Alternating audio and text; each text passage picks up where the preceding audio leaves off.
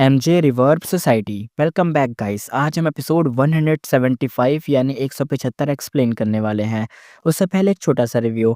Last episode में जैसा आपने देखा था कि फेंग जूजे के साथ तो भाई बहुत बेकार सीन हुआ था। वो तो भाई फंस गया और सीधा का सीधा खींचा चला गया था उस टेबिलिट्री के अंदर सीधा, और वो खिंच के अंदर ही चला गया। अब शायद वो रिवर ऑफ टाइम की जो टेबिलिट्री थी उसके अंदर खिंच के अंदर ही चला गया, गायब हो गया। क्या हुआ उसका तो पता नहीं। लास्ट एपिसोड में हमने इतना ही देखा था। और स्टार्ट करते हैं अपना new episode. Let's start. Northern plains लांगिया ब्लेसलैंड रिफाइनमेंट हॉल में मंथ से गो रिफाइन हो रहा था और फाइनल मोमेंट आ गया था। लांगिया लैंड स्पिट फॉर्मेशन की एज पे खड़ा था। सामने आइसी ब्लू फायर ब्लज एकदम ब्लेज टाइप का कुछ जल रहा था। कोल्ड फायर थी, उसकी आईब्रोज से एकदम भाई बियर्ड तक आ रहे थे और हल्की सी ब्लू फ्रोस्ट उसकी जो बियर्ड उस पर जम गई थी, पर उसको कोई फर्क नहीं पड़ रहा था। उसकी नज़र सिर्फ सेंटर के प्रोफाउंड आइस पर थी जो मेल्ट भी हो रही थी लेकिन धीरे धीरे, और दोबारा से फॉर्म भी हो जा रही थी। पहले की तरह उसके एज शार्प नहीं थे, अब स्मूथ और राउंड हो चुके थे। लांग लैंडस्पीड कहती है 5 ट्रेस ऑफ फैन डोर वाइंड, और 6th हेयर इंस्टेंटली इमोर्टल मटेरियल इन्वेंटरी से 5 ट्रेस निकाल देता है। ये रैंक 7 फैन डोर वाइंड एक अजीब मटेरियल था। ये मोटर्स के घर के डोर्स में ग्रो होता है और जब भी होता है डोर कभी बंद ही नहीं होता। लांगे लैंडस्पीड ने उन 5 ट्रेस को ध्यान से आइस फायर के सेंटर में भेजा। ये 5 पॉइंट्स प्रोफाउंड आइस को सर्कल कर लिया और उसके ट्रांसफॉर्मेशन फास्ट करने लग गई जैसे 5 डेलिकेट हैंड्स हों। फिर अचानक लैंड स्पीड कहता ओ नो, दिक्कत हो गई। 6th हेयर तुरंत ही देखा आइस फायर ब्लिंक से एकदम से खत्म होने लग गई। प्रोफाउंड आइस क्रैक होकर टूट जाता है और 5 ट्रेसेस भी धीरे धीरे गायब होकर खत्म ही हो गए। लैंड स्पीड कहता अरे नहीं, फिर से फेल हो गया यार। वो गुस्से में फिर से एकदम पैर पटक देता है। 6th हेयर सिर्फ गहरी सांस लेता है। फाइनल स्टेप पे अब आके एकदम क्या बोले, सब खराबी हो गया था, जीरो पे वापस चले गए थे। लैंड स्पीड कहता अगर मैं हेरी man heaven and earth style use करता ना तो ये सब नहीं होता, कब का सब कुछ हो चुका होता। 6th ईयर ने कहा पर first supreme Elder sect rule के हिसाब से एल्डर फेंगिवान ने बहुत ही हैवी कंट्रीब्यूशन पॉइंट दिए हैं ताकि हम मतलब रिक्वेस्ट को फॉलो करें और ह्यूमन स्टाइल फॉलो करें। लैंड स्पीड कहता है ये फेंगिवान पागल हो गया है क्या? ह्यूमन रिफाइनमेंट मेथड क्यों? मेरा टाइम वेस्ट करना चाहता है क्या वो? 6th ईयर कहता है वो हमेशा मिस्टीरियस रहा है सर, मुझे पसंद नहीं, पर यूजली लिटरली अपनी सारी एसेट उसने इस चीज़ों में ही डाल दी। उसने ह्यूमन रिफाइनमेंट मेथड को ज़्यादा प्रायोरिटी दी है। 3 इमॉर्टल गू चाहिए उसे। अगर वो आपको तंग करना चाहता तो पक्का वो मतलब इतना बड़ा प्राइस तो नहीं देता, छोटे प्राइस में आपको तंग करता। ज़रूर कुछ बात होगी। लैंडस्पीड कहता है हाँ, हाँ, अरे मैं बताऊँ गुस्सा निकाल रहा था बस, मुझे भी पता है। थोड़ा-सा थका-सी हालत में था वो। अब थोड़ी देर रेस्ट करते ही ये 5वीं फ़ेल भी मतलब हो गई, 5वीं बार भी ट्राई करा, फ़ेल हो गया। फेंगजुआन के कंट्रीब्यूशन पॉइंट खत्म हो गए थे। उसे कॉन्ट्रैक्ट मतलब एक तरीके से कॉन्टैक्ट करना पड़ेगा और उसे बता दो कि जो रिज़ल्ट मिल रहा है वो बार-बार खराब हो रहा है। अगर और अटेम्प्ट चाहता है तो और नए पॉइंट्स लाने पड़ेंगे। 6th ईयर कहता है येस। और 6th ईयर पता है ये इतनी मेहनत क्यों कर रहा है? क्योंकि भाई अब तो फेंगजुआन की साइड है ना, और वो ये नहीं चाहता कि मतलब जो है मतलब लैंडस्पीड है वो heaven and earth method use करे। वो ह्यूमन स्टाइल ही चाहता है कि heaven and earth method use हुआ तो हेवेंस विल भर जाएगा उस गू के अंदर, तो दिक्कत आ जाएगी। इसलिए सिक्स्थर यहाँ पे हेल्प करना चाह रहा था कि ह्यूमन स्टाइल ही यूज़ हो यहाँ पे। फेंगयुआन स्काई में एकदम स्पीड से फ्लाई कर रहा था और डेज़र्ट की ब्यूटी देखने का मन भी नहीं था। उसका दिमाग में सिर्फ फेंग जीजे के अगेंस्ट होने वाली फाइट में ही अटका हुआ था। सैंड भवंडर के अंदर जो रिवर ऑफ टाइम का ट्रिब्यूटरी था, वो शैडो सेट का सीक्रेट रिसोर्स पॉइंट था। उनके मैप में मार्क था। पर्पल मंडन ट्रोमनार्क ने मरने से पहले एक बात बोली थी, रिवर ऑफ टाइम में जाओ और ghost face red lotus spectre soul की विल से कांटेक्ट करो। वहाँ पे घोस्ट फेस में जो स्पेक्टर सोल की विल होगी वो तुम्हें बताएगी। फेंगयुआन को उसका इनहेरिटेंस, बहुत सारे किलर मूव और इमॉर्टल गो रेसिपी सीक्रेट्स मिले थे, पर शैडो सेट की टोटल एसेट का सिर्फ आधा ही हिस्सा भी मिला था। रिवर ऑफ टाइम में घोस्ट फेस रेड लोटस, उसके अंदर स्पेक्टर सोल की विल के पास शैडो सेट का लगभग पूरा कल्टीवेशन नॉलेज था। इवन स्पेक्टर सोल डीमन वंडरबल की ट्रू इनहेरिटेंस का एक पार्ट भी था। शैडो सेट 1 लाख साल तक एग्जिस्ट करता रहा। स्पेक्टर सोल जब जिंदा था तब दुनिया को एक तरीके से टेरराइज कर लिया था, यानी टेरराइज मान लो एकदम सब अपना ही बना लिया था। उसका नॉलेज बेस बहुत ही बड़ा था। इमॉर्टल गु हाउस फेंगयुआन को अभी तक 12 12 के पूरे टोटल ब्लूप्रिंट्स पता थे, पर असल में काउंट 12 से ज़्यादा था। बाकी सब घोस्ट फेस्ड रेड लोटस में मिलना था, यानी जितना भी उसे 12 रिसोर्स मिले हैं ना, उससे ज़्यादा है, लेकिन वो बाकी रेड लोटस वाली इनहेरिटेंस मान लो या घोस्ट फेस वाली जगह पे वहाँ पे मिलेंगे। सीधी-सी बात है, रिवर ऑफ टाइम के अंदर मिलेंगे। फेंग युआन ने कहा रेड लोटस की ट्रू इनहेरिटेंस भी रिवर ऑफ टाइम में ही है। मेरे पास स्प्रिंग ऑटम सिगाडा है, ये उसकी की है। रिवर ऑफ टाइम जाना उसके लिए फिक्स था। 5 रीजन में जो ट्रिब्यूटरीज थे वो एंटर कर सकता था। एक तो उसे हेवनली कोर्ट से बचने के लिए सैक्रिफाइस करना पड़ा। शैडो सेक्टर ने 5 से 6 छोड़ रखे थे। यानी मतलब करीबन ये जो मतलब रिसोर्स पॉइंट है ना, कम से कम 5 से 6 सड़क ने छोड़ रखे हैं और एक तो उसे अभी यहीं पे सैक्रिफाइस करना पड़ गया। वही रिवर ऑफ टाइम की ये जो छोटी-सी जगह थी वो सैक्रिफाइस कर दी फेंग जीजे के लिए। मैं एक चीज़ सोच रहा हूँ, फेंग जीजे मरा तो नहीं यार, क्योंकि ऑफ कोर्स उसके पास रैंक 8 का एक इमॉर्टल गो है, उसका ट्रम्प कार्ड। ऐसा तो नहीं जब फेंग यून रिवर ऑफ टाइम के अंदर जाएगा तो वहाँ पे फेंग जीजे उसे मिल जाएगा। ये सीन तो और खतरनाक होगा। प्रॉब्लम ये थी कि वेस्टर्न डिजर्ट में सिर्फ लास्ट ट्रिब्यूटरी शैडो सेक्ट के कंट्रोल में बचा था। फेंगयुआ ने कहा सेफ रहना है तो पहले दोनों रिसोर्स पॉइंट कवर करूंगा, फुल प्रिपरेशन के बिना रिवर ऑफ टाइम में नहीं जाना। उसने डिसीजन ले लिया था। अभी वो वेस्टर्न डिजर्ट में था। ये नॉर्थर्न प्लेन्स और साउथर्न बॉर्डर सेंट्रल कॉन्टिनेंट से कनेक्ट होता है, पर वो तीनों में नहीं जा सकता था। Central continent heavenly core plus 10 Asian set की जगह थी, तो वहाँ जाना तो मुश्किल। ऊपर से नॉर्थर्न प्लेस लॉन्गेविटी हेवन उसको हंट कर रहा था, तो वो वहाँ पे भी नहीं जाएगा। रही बात साउथर्न बॉर्डर की, तो राइटियस बात इमॉर्टल स्टिल उसको चेस कर रहे थे। शैडो सेट के रेमेंट्स मतलब एक तरीके से चेस कर रहे हैं यार, उसकी हेल्प से वो चेस कर रहे हैं और ये जा भी नहीं सकते वहाँ पे, इसलिए वेस्टर्न डिजर्ट ये भी सेफेस्ट था। ईस्टर्न सी में सिर्फ एक एक तरीके से ट्रिब्यूटरी थी, बस एक। वो म्याओ मिंगशन ऑलरेडी टेक ओवर कर चुका था और ये गलती फेंगयुआन की ही थी। उसने उसको लोकेशन बताई थी। पर्पल माउंटेन ट्रुमनाक ने ईस्टर्न सी में वो ट्रिब्यूटरी ढूंढने की बहुत कोशिश की थी, पर मिला ही नहीं। आखिर में साउथर्न बॉर्डर जाना पड़ा था। फेंगयुआन दिमाग में कैलकुलेट करता जा रहा था। कहता है सबसे बड़ा इशू मेरे ऊपर लगा इन्वेस्टिगेट किलर मूव है, जिसकी वजह से हेवनली कोर्ट हमेशा मेरी लोकेशन देख लेते हैं। डार्क लिमिट इमॉर्टल गो नहीं है तो हेवेंस विल भी मुझे क्लीन मतलब एक तरीके से मेरे को एक तरीके से लोकेट कर पा रहा है और मैं अपने आप को सही से छुपा नहीं पा रहा और कुछ भी नहीं कर पा रहा, और जितने भी मेरे मूव हैं सब पे वो नज़र रख रहा है। और कोर इमॉर्टल गो की भी मेरे पास कमी है। कोर होता तो इन्वेस्टिगेट मूव भी बना लेता, लेकिन कोर मूव नहीं है तो इन्वेस्टिगेट मूव बना नहीं सकता। दोबारा हेवेंस विल से हाइड हो पाता, लेकिन अब नहीं हो पा रहा हूँ। इसी बीच 6 ईयर का लेटर उसके हाथ में अराइव होता है और जैसे ही भाई लेटर बुक के अंदर उसने देखा, फेस तुरंत ही बिगड़ गया। लिखा था बू रिफाइंड फेल हुआ। फेंग यून कहता है डैम। फेंग जीजे को ट्रिक करके जीत तो गया था, लेकिन हेवनली कोर्ट के एक बंदे पे डिपेंड नहीं था सब कुछ। उसके पास और भी तरीके थे, सिर्फ इस टाइम की बात थी। सिक्स ने कहा विजडम पाथ वाला सेल्फ इमॉर्टल गो रैंक 7 से ही रिफाइन होता है, हार्ड लेवल का है। मैं पूरा प्रोसेस देख रहा था। लांग पूरा ट्राई कर रहा था, बिल्कुल एकदम चिल नहीं था, आराम से अच्छे से उसने करा था सब। फेंग यून ने भी बात मान ली कि हाँ सही बात है।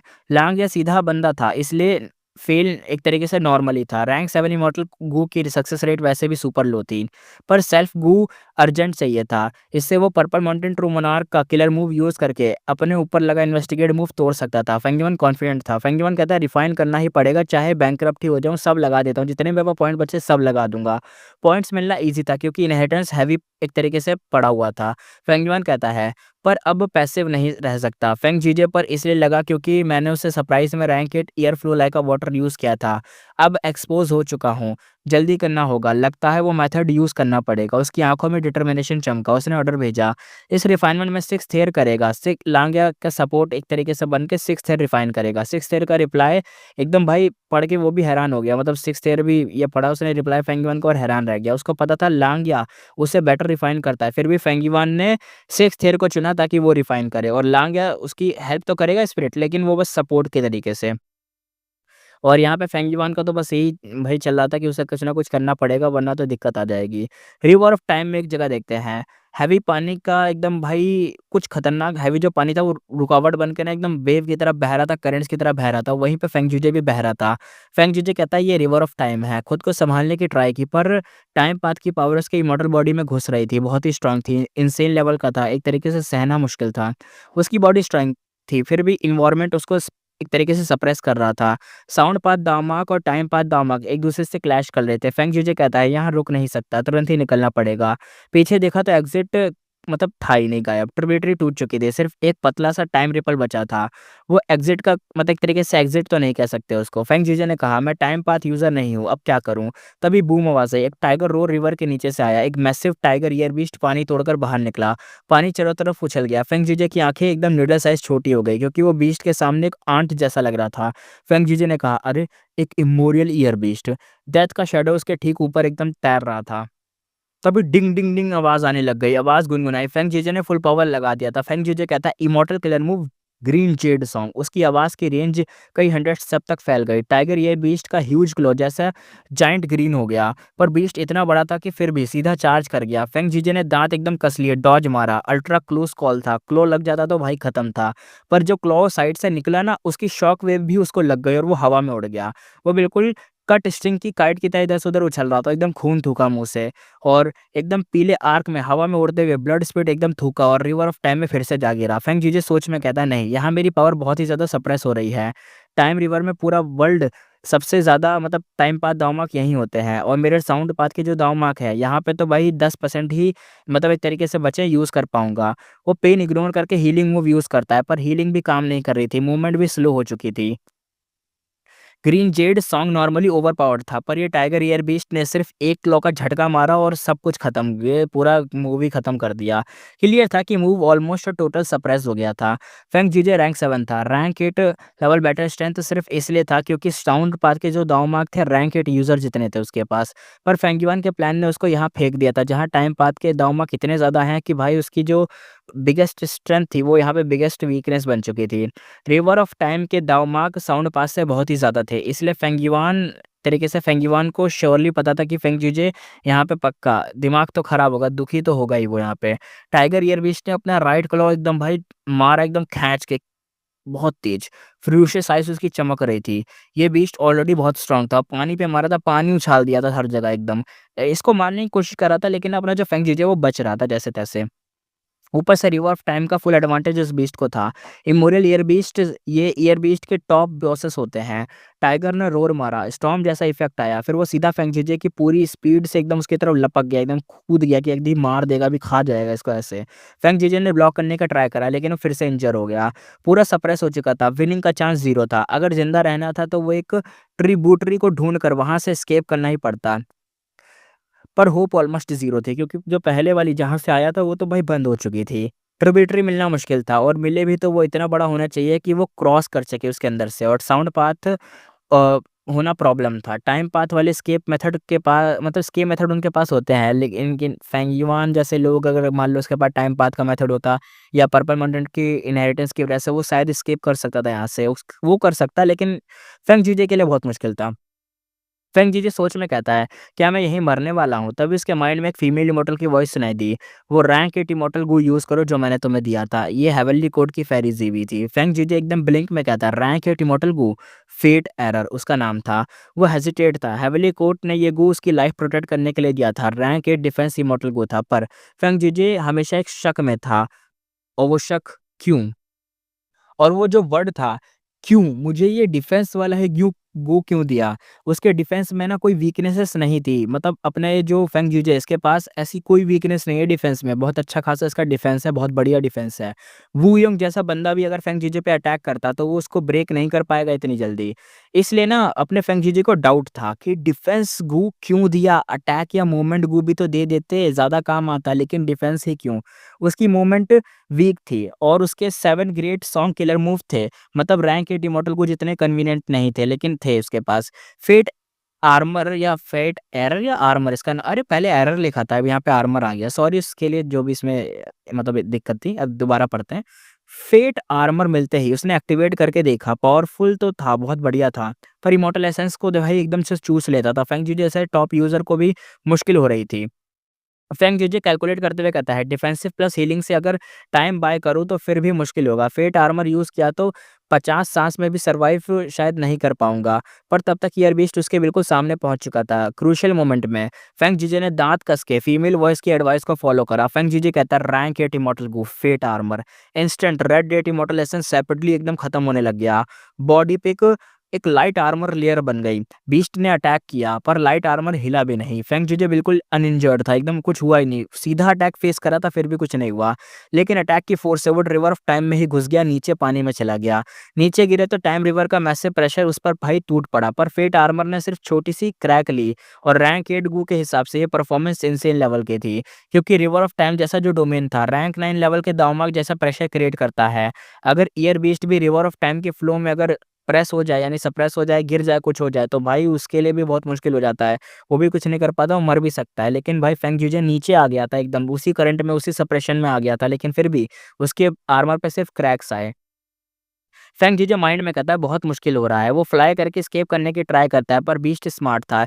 एस्केप प्लान अलाउ ही नहीं कर रहा था उसको। अटैक प्लस रिवर फ्लो में मिलाकर उसकी पूरी तरह से उसको ट्रैप करके दबा रहा था। सिचुएशन और बुरी होती जा रही थी। इमॉर्टल एसेंस खत्म हो रहा था। स्ट्रेट डेथ थी। फेंग जीजे डाउट में कहता है, क्या मैंने गलत डिसीजन लिया यूज़ करके? क्या वो वुमेन मेरे को ट्रैप कर रही थी? इसे अभी तक पता नहीं चला कि वो वुमेन फेरी जीवी थी। पागल है क्या ये? तभी एक वॉर्टेक्स पानी से उठकर उसको कवर करता है। वो स्ट्रगल ही कर रहा था और एक आवाज़ दोबारा आई। वॉइस कहती है, स्ट्रगल नहीं करो फेंग जीजे, मैं हेवनली कोर्ट का लॉर्ड हुआंग शी शी हूँ। तुम्हारी मदद करने आया हूँ। अच्छा, फेरी ज़ीवी की जगह कोई और आया है, ठीक है भाई।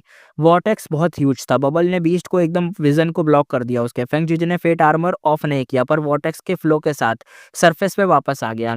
ऊपर एक बॉल्ड येलो रोब्ड गु इमॉर्टल वेट कर रहा था। उसका नाम था Lord Huang she. Heavenly court की साइड का जो बंदा था। फेरी ज़ीवी ने फाइनली रिलीफ की साँस ली थी, वो भी सब देख रही थी। उसके सामने स्टार कंस्टेलेशन चेस बोर्ड में फेंग जीजे को सेव होता हुआ सीन दिख रहा था कि कैसे लॉर्ड हुआंगशी ने फेंग जीजे को सेव कर लिया है। सब देख पा रही थी एक टीवी के ज़रिए, मान लो। चेस बोर्ड टीवी की तरह उसको दिखा रहा है सब कुछ। क्रूशियल मोमेंट में जो फीमेल वॉइस उसको गाइड करी थी, वो फेरी ज़ीवी ही थी। और फेट आर्मर का रियल पर्पस यही था कि लॉर्ड हुआंगशी को फेंग जीजे का एग्ज़ैक्ट लोकेशन सिग्नल देना। रिवर ऑफ टाइम में घुसना वैसे ही हार्ड था। ब्लैक हेवन या व्हाइट हेवन में जाना जितना मुश्किल नहीं होता, लेकिन बहुत मुश्किल होता है। रिवर ऑफ टाइम सबसे टफ है। रैंक 8 गो इमॉर्टल यहाँ पे एक तरीके से कम ही आते हैं, और टाइम पाथ रैंक 8 तो और भी ज़्यादा रेयर है, वही यहाँ पे ज़्यादा आ पाते हैं। फिर भी हेवनली कोर्ट के पास एक बंदा था जो कि टाइम पाथ रैंक 8 एक्सपर्ट था, जिसका नाम था लॉर्ड हुआंगशी। वो था जो यहाँ पे आ भी सकता था आराम से। वो फेरी जीवी के प्लान का एक पार्ट था। प्लान ये था कि फेंग जीजे फेंग युआन को रिवर ऑफ टाइम में फोर्स करेगा जाने के लिए, ताकि वहाँ रेड लोटस का ट्रू इनहेरिटेंस मिले और वहाँ लॉर्ड हुआंगशी अटैक कर दें। पर फेरी ज़ीवी एक्सपेक्ट नहीं कर रही थी कि फेंग युआन खुद एक ट्रिब्यूटरी सैक्रिफाइस करके फेंग जीजे को वहीं गिरा देगा और ट्रैप कर देगा। फेरी ज़ीवी दिल में कहती है, ये फेंग युआन एकदम ट्रिकी डीमन है, पर इस फाइट में हमने हाई फैन के इनहेरिटेंस का बहुत हिस्सा एक तरीके से मतलब देख लिया है, पा लिया है, एक तरीके से समझ लिया है, क्योंकि फेंग युआन ने ईयर फ्लो लाइक का वाटर वाला यूज़ कर लिया, जिसकी वजह से रैंक 8 का इमोरियल बीस्ट अट्रैक्ट हो गया। तो एक तरीके से फेंग युआन का एक ट्रम्प कार्ड था, जो कि एक्सपोज़ हो गया और उसने देख भी लिया फेरी ज़ीवी ने, इसलिए। एक ट्रिब्यूटरी छोड़कर ट्रैप बनाया। ये कन्फर्म करता है कि फेंग युआन रेड लोटस का ट्रू इनहेरिटेंस लेने के लिए टाइम रिवर में आएगा ज़रूर, और पता चल गया था उसको। और आगे वो कहती है कि उसका नेचर इतना अलर्ट है, पक्का वेस्टर्न डिज़र्ट में उसके पास एक और ट्रिब्यूटरी कंट्रोल होगा। पर कोई इश्यू नहीं है, मेरी इन्वेस्टिगेट किलर मूव के थ्रू फेंग युआन की लोकेशन अभी भी मेरे सामने ओपन है। फेंग जीजे सेफ होते ही फेरी ज़ीवी ने स्टार कंस्टेलेशन चेस बोर्ड में दूसरा बैटलफील्ड चेक करा। द अगली जगह देखते हैं, black heaven. Fang Yuan upper extreme heavenly eagle heavy injured होकर ब्लैक हेवन में उड़ रहा था। दोनों नए एक तरीके से ascended heavenly court rank 8 immortal उसका पीछा कर रहे थे, और उन्हें सिर्फ़ एक छोटी इंजरीज़ लगी हुई थी। यानी फेंग युआन नहीं, फेंग युआन का अपर एक्सट्रीम हेवनली ईगल, ये वही ईगल था जो हेवनली कोर्ट कप का इसका पीछा कर रहा था। ब्लैक हेवन के अंदर चला गया था ये। ईगल पावरफुल था, पर 2 रैंक 8 किलर मूव्स एक तरीके से चेन की तरह यूज़ हो रहे थे, जिसकी वजह से वो भागना उसके लिए मुश्किल हो रहा था, कोई चांस नहीं मिल रहा था। डेथ का फ़ील होते ही ईगल एक तरीके से अपने इंस्टिंक्ट बेस का यूज़ करके ऊपर ब्लैक हेवन में ही भाग गया था। पर दोनों एनिमीज़ भी भाई, उनको भी पता था भागेगा, वो भी उसके साथ चलेगा। बूम आवाज़ आई, किलर मूव सीधा लग गया। ईगल पेल में एकदम चिल्ला रहा था, ज़मीन की तरफ एकदम गिरने लगा, पर विंग्स से झटक कर वापस उड़ने की कोशिश की, और ब्लड लाइन ब्लैक हेवन में लंबे ट्रेस जैसी फैल गई। इमॉर्टल बीस्ट हील फास्ट होते हैं, पर हेवनली कोड के किलर मूव सिंपल नहीं होते, एक तरीके से हीलिंग भी ब्लॉक कर रहे थे। फेरिसी भी कहती है आउटकम डिसाइड हो चुका है। ईगल स्ट्रगल कर रहा था, पर बैटल क्लियरली हेवनली कोड के फेवर में थी। एक रैंक 8 इमॉर्टल ने ट्रैकिंग किलर मूव चला दिया। जितना फास्ट ईगल भागे उतना ही फास्ट पीछा उसका कर लेंगे। Human level wisdom plus beast level instinct, obviously यहाँ पे ह्यूमन ही जीतेंगे, बीस्ट कहाँ से जीतेगा। दोनों इमॉर्टल उसकी लास्ट मोमेंट पे डेस्परेशन में एक तरीके से उसे एक तरीके से बचाना चाहते थे और उसको ज़िंदा पकड़ना चाहते थे। इसलिए वो छोटी-सी इंजरीज़ दे रहे थे, ज़्यादा मतलब हेवी इंजरीज़ नहीं दे रहे थे, आराम से अटैक कर रहे थे। ईगल को अपना फ्यूचर क्लियर दिख रहा था, डार्क एकदम। फिर भी वो गिव अप नहीं कर रहा था, वो ऊपर ही फ्लाई करता गया। ब्लैक हेवन एकदम पार करके वो सीधा व्हाइट हेवन के अंदर घुस गया, और हेवनली वाइंड क्यूआई वॉल उसके लिए कोई एक तरीके से बैरियर नहीं था, पर हेवनली कोर्ट इमॉर्टल के लिए भाई दिक्कत बन गई, क्योंकि ब्लैक हेवन में घुस जाओगे ठीक है, लेकिन ब्लैक हेवन से व्हाइट हेवन में जाओगे तो उसके बीच एक मतलब बैरियर होता है, उसको पार करना था, और उनके लिए ये दिक्कत थी बड़ी। दोनों हेवनली को टिमोथस क्यूआई वॉल से इज़िली पास नहीं कर सकते थे। पास वो ऑलरेडी प्रिपेयर्ड आए थे, यानी मतलब एक तरीके से जितना उनके पास जा सकते थे, जितना भी वो पास कर सकते थे, तो वो ऑलरेडी प्रिपेयर्ड थे, जितना वो आज जा सकते थे वो करके आए थे। यानी ब्लैक हेवन का जितना मैटर था वो करके आए थे। व्हाइट हेवन का उनको अंदाज़ा नहीं था। फ़ेरिज़ ने उन्हें इमॉर्टल को हाउस पहले ही दे दिया था। तो एक बंदा कहता है, यहाँ रुक कर इसको डिटॉर नहीं लेने देना, मैं चेज़ करता रहूँगा यूज़ करके, या तो गू हाउस या तो मैं शायद डायरेक्ट घुस जाता हूँ। दोनों की कंडीशन परफेक्ट थी। अपर एक्सट्रीम हेवनली ईगल के पास कहीं भागने का रास्ता नहीं बचा था। हेवनली कोर्ट के अंदर फ़ेरिज़ ने आँखें हाफ़ क्लोज़ की, कॉन्फिडेंस से एकदम शांत तरीके से देख रही थी। फ़ेरिज़ माइंड में कहती है, थोड़े मिसहैप ज़रूर हुए हैं, पर सब कुछ मेरी एक्सपेक्टेशन के अंदर ही है। चाहे इंसान हो या ईगल या रेड लोटस का ट्रू इनहेरिटेंस, कोई भी मेरे कंट्रोल से बच नहीं सकता। सीन यहाँ पे शिफ्ट होता है। सीन दिखा जाता है वेस्टर्न डिज़र्ट का। रात का टाइम था, स्काई में स्टार शाइन कर रहे थे। डिज़र्ट में डेली स्टैम्प डिफरेंस बड़ा था। दिन में गरम, रात में ठंड। फेंगयुआन सॉफ्टली एक नेमलेस सैंड ड्यून पर उतर गया था। फेंगयुआन सोच के कहता है, काफ़ी देर से फ्लाई कर रहा हूँ। हेवनली कोर्ट का कोई भी मतलब जो मेरा पीछा करने वाला है दिख नहीं रहा। क्या फेंगज्यूजे अकेला ही भेजा गया था? उसको डाउट था। फिर वो कहता है, छोड़ो, अभी इस बात को साइड में रखते हैं। उसने इमॉर्टल प्राइमेसी ओपन करा, हाई लाओलान, बाइनिमिंग और बाकी सबको बाहर निकाला। फेंगयुआन कहता है, हम सब यिंगुइशी के साथ किलर मूव यूज़ करेंगे। इससे हमारी बैटल स्ट्रेंथ गिर जाएगी। सेफली तुम लोग हैंडल कर लेना, ठीक है? बाइनिमिंग, लेडी व्हाइट रैबिट, फेरी मियाओइन और हाई लाओलान सबने एक्नॉलेज करके सराउंडिंग पेट्रोल करना शुरू कर दिया। फेंगयुआन ने एक इमोरियल कह दिया मैंने, इमॉर्टल गू फॉर्मेशन सेट की। प्रिकॉशन इमॉर्टल गू सेंटर में रखा। ये फॉर्मेशन ओरिजिनली पर्पल माउंटेन ट्रोमोनार्क का मॉर्टल फॉर्मेशन था। फॉर्मेशन पाथ ग्रैंड मास्टर होना फ़ायदेमंद रहा था। उसने मॉर्टल फॉर्मेशन को मॉडिफ़ाई कर लिया था और प्रिकॉशन इमॉर्टल को ऐड करने के बाद डिफेंस काफ़ी सॉलिड हो गया था। वीकनेस थे कि फ्लॉ ये थे कि ये टेम्परेरी काम करने के लिए सही था। पर्पल माउंटेन इनहेरिटेंस में टोटल 4 इमॉर्टल फॉर्मेशंस थे। बेस्ट था पर्पल ब्लड रिवर फॉर्मेशन, पर फेंगयुआन के पास रिक्वायर्ड इमॉर्टल वो नहीं थे, इसलिए उनमें से कोई भी सेटअप नहीं कर सकता था। अगर वो मॉर्टल गू से गैप फ़िल करता तो डिडक्शन में 2-3 दिन लग जाते ले लेती। इसलिए प्रैक्टिकल चॉइस यही थी फॉर्मेशन की। स्नीक अटैक रोकने वाली काफ़ी थी जो भी यूज़ कर रहा था।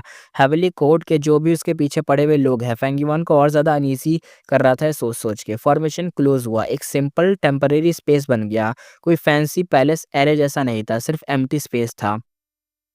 अंदर सिर्फ फेंगयुआन और यिंगुइशी। यिंगुइशी कहता है, सेट लीडर, मुझे करने दीजिए। शैडो सेट के लिए, अपना गोल के लिए मैं फुल ट्राई करूँगा। फेंगयुआन ने कहा, ठीक है, पहले तुमसे ही स्टार्ट करते हैं। यिंगुइशी बैठ गया, इमॉर्टल एसेंस इंजेक्ट करा। थोड़ी देर में उसका ऑरा शेक हुआ। Immortal killer move, burning soul bursting luck activate हो गया। इंस्टेंट उसका लक मैनी टाइम्स मल्टीप्लाई हो गया, पर साथ ही डेज़ीनेस और एक तरीके से चक्कर और अजीब-अजीब सा फीलिंग होने लग गया। ये किलर मूव सोल फाउंडेशन जलाकर टेम्परेरी लक बूस्ट कर देता था, इसलिए लक ऊपर और सोल एक्सट्रीम वीक हो जाती थी। पर ये इशू नहीं था क्योंकि फेंगयुआन के पास गट्स गू थे, तो वो इस सोल को भले वीक कर ले, वो बाद में उसे हील भी कर सकता था। कल्टीवेशन के टाइम से वो गट्स गू का स्टॉक सेव कर रहा था सबसे बुरे केस के लिए, और अब वो जो सेव चीज़ थी वो काफ़ी ज़्यादा यूज़फुल साबित हो रही थी यिंग वुशी को सपोर्ट करने में। यिंग वुशी जल्दी रिकवर हो गया, चक्कर खत्म, बस थोड़ा-सा सफ़ेद पड़ गया था चेहरा। सोल ठीक हो गई, पर सोल पाथ दावमाक बहुत ज़्यादा खत्म हो गए थे। Burning soul bursting luck permanently soul path दावमाक जला देता है, और इस मूव को एक्टिवेट करने के लिए पहले से कोई दावमाक होने चाहिए, मतलब नहीं होने चाहिए। जो अगर होंगे सोल वाले तो वो जल जाएँगे सिर्फ़। इसलिए फेंगयुआन की टीम में सिर्फ़ फेंगयुआन और यिंग वुशी ही ये मूव यूज़ कर सकते थे। बाकी सबकी सोल फाउंडेशन बहुत वीक थी।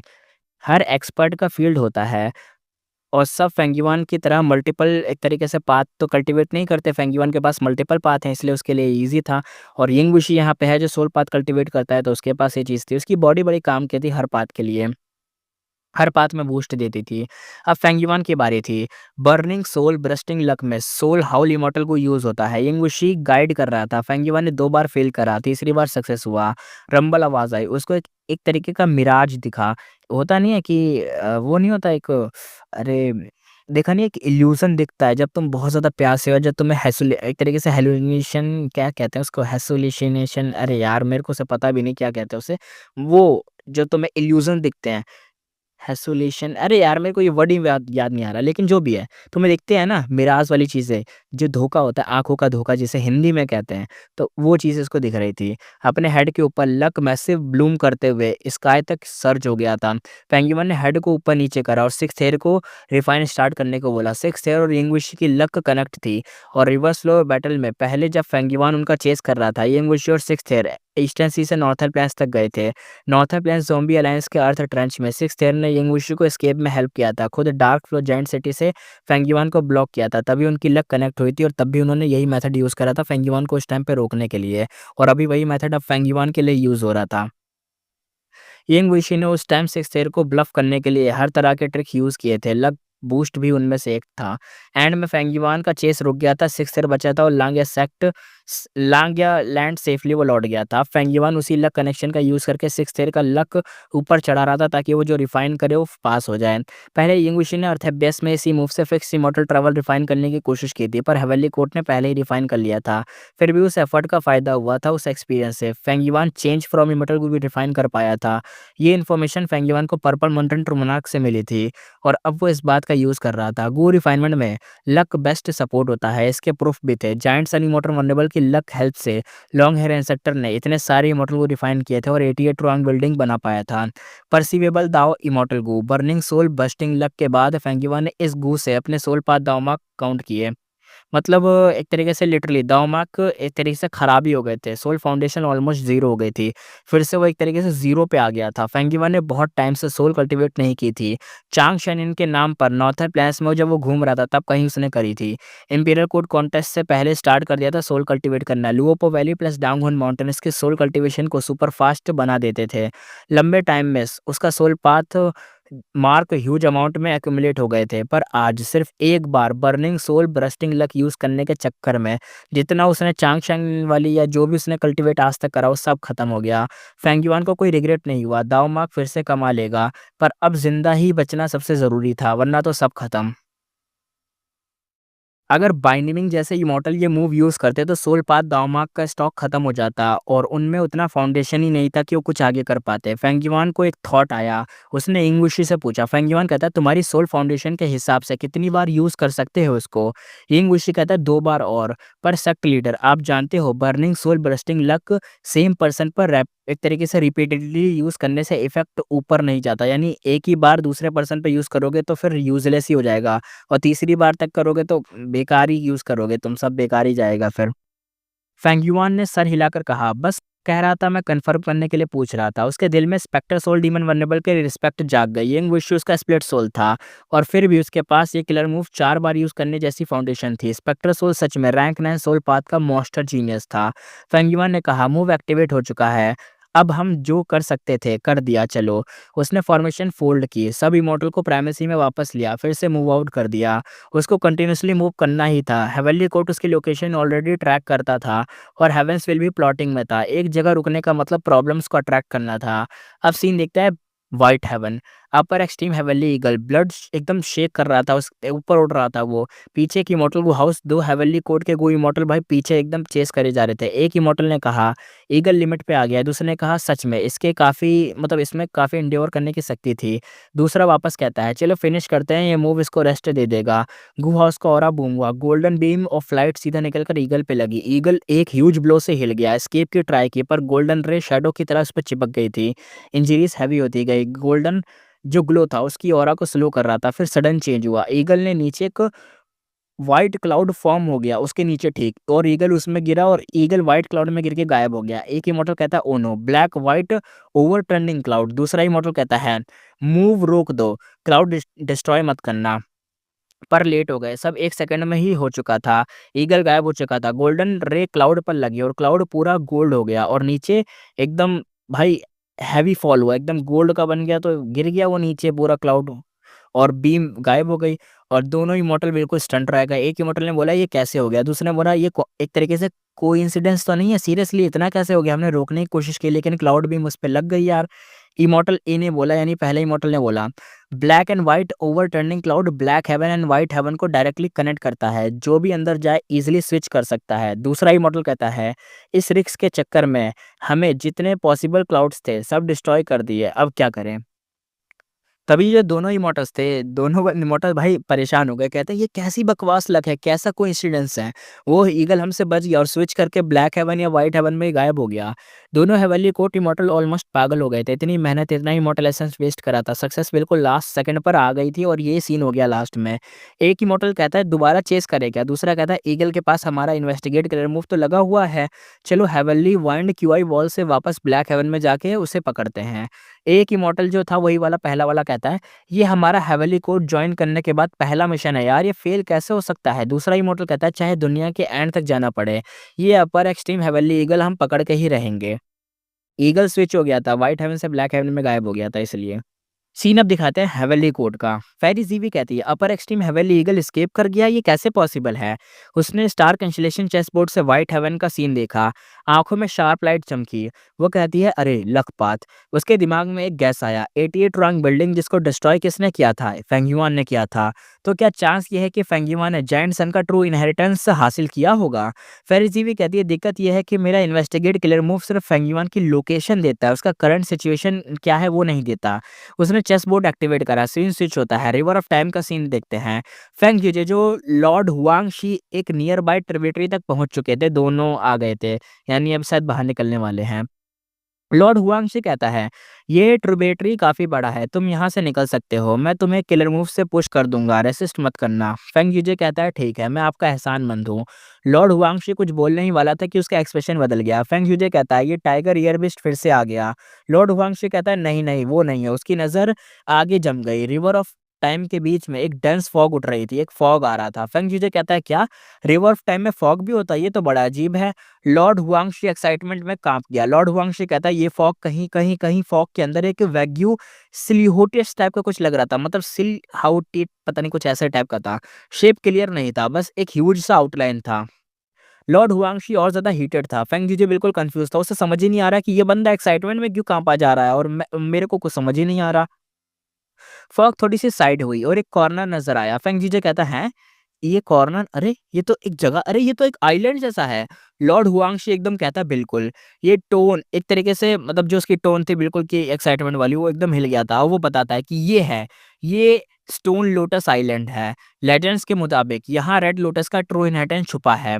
Red lotus demon vulnerable heavenly court का दुश्मन था, पर टाइम पाथ का एब्सोल्यूट पीक था। लॉर्ड हुआंगशी जैसे टाइम पाथ एक्सपर्ट के लिए उसका इनहेरिटेंस एक तरीके से कोई टक्कर में नहीं है, उसकी इनहेरिटेंस ही उसको एक तरीके से पागल बना सकती है, उसकी इनहेरिटेंस ही उसके लिए सब कुछ है, उस इनहेरिटेंस के लिए बंदा कुछ भी करेगा। लॉर्ड हुआंगशी कहता है यही रुकना, मैं अभी आता हूँ। वो फुल स्पीड में आइलैंड की तरफ उड़ा, पर फॉग भी साथ साथ पीछे हटने लगी, जैसे जैसे मतलब एक तरीके से इंटेंशनली जैसे वो डिस्टेंस बना रही हो। कितनी भी कोशिश की लॉर्ड हुआंगशी ने, डिस्टेंस कम ही नहीं हो पा रहा था, बल्कि और ज्यादा बढ़ा जा रहा था। थोड़ी देर में फॉग गायब हुआ, आइलैंड भी गायब हो गया। लॉर्ड हुआंगशी वापस आया और मुंह बड़ा खराब बना हुआ था, डिसअपॉइंटमेंट में था। हेवेली कोर्ट में चेस बोर्ड जो था ना, चेस बोर्ड उसमें फेरिज़ी भी सब कुछ देख रही थी, वो भी डिसअपॉइंट हो गई। उसको भी लगा था अरे रेड लोटस की इनहेरिटेंस मिल गई हमारे बंदे को, लेकिन पता चला नहीं मिली। फिर उसने भी थोड़ा-सा आईब्रोज़ को ऊपर करा और ध्यान से देखा और सोचना शुरू करा। फेरिज़ी भी कहती है स्टोन लोटस आइलैंड अचानक क्यों दिख गया? क्या फेंगयुआ ने ट्रिब्यूटरी डिस्ट्रॉय की, इस वजह से ये एक टर्बुलेंस हुआ? या फिर हुआंगशी या फेंगजुजे तो वहाँ मतलब दूर निकल चुके थे इसलिए, या मतलब अचानक से मिल गया, कोइंसिडेंस था, क्या था ये जिसकी वजह से उसको दिखा? लेकिन सबसे इम्पोर्टेंट बात, इस आइलैंड में घुस कैसे सकते हैं? क्या स्प्रिंग ऑटम सिगाडा इसकी कोई की है जिसकी वजह से घुस सके? ये सारे उसके पास मतलब एक तरीके से डाउट और क्वेश्चन थे। सीन दोबारा चेंज होता है। साउथर्न बॉर्डर वू क्लैन का हेडक्वार्टर, एक सुपर गू फॉर्मेशन एक्टिवेट हो चुकी थी। वू योंग सामने खड़ा था, फॉर्मेशन को ऑब्जर्व कर रहा था। उसने हेड को हिलाया और सेटिस्फाइड एक्सप्रेशन के साथ वो एकदम देख रहा था सब कुछ सामने। और वू योंग के साथ में ना वू क्लैन का एक सुप्रीम एल्डर भी साथ में खड़ा था। सुप्रीम एल्डर कहता है एल्डर वू बाई, हमने आपको तकलीफ दी। वो बाई भी यहाँ पे था, तो वो बाई कहता है क्लैन के लिए काम करना मेरा तो फर्ज है, कोई तकलीफ नहीं। वो बाई वो क्लैन का फॉर्मेशन पाथ इमॉर्टल था, पहले वो ही सुपर फॉर्मेशन गार्ड करता था, और जगह जिसे फेंगयुआन ने बाद में चालाकी से मतलब वापस कब्जे में ले लिया था। इसलिए रिवर्स लो रिवर के बाद फेंगयुआन ने वू बाई को मैनिपुलेट करके उसको यहाँ से हटा दिया था, और इसी वजह से वू बाई ड्रीम रेलम बैटल में फंसने से बच गया था। उस बैटल में साउथर्न बॉर्डर राइटियस पाथ का हैवी लॉस हुआ था। इवन सुपर गू फॉर्मेशन में लगे इमॉर्टल गू हेवनली कोर्ट ले गई थी।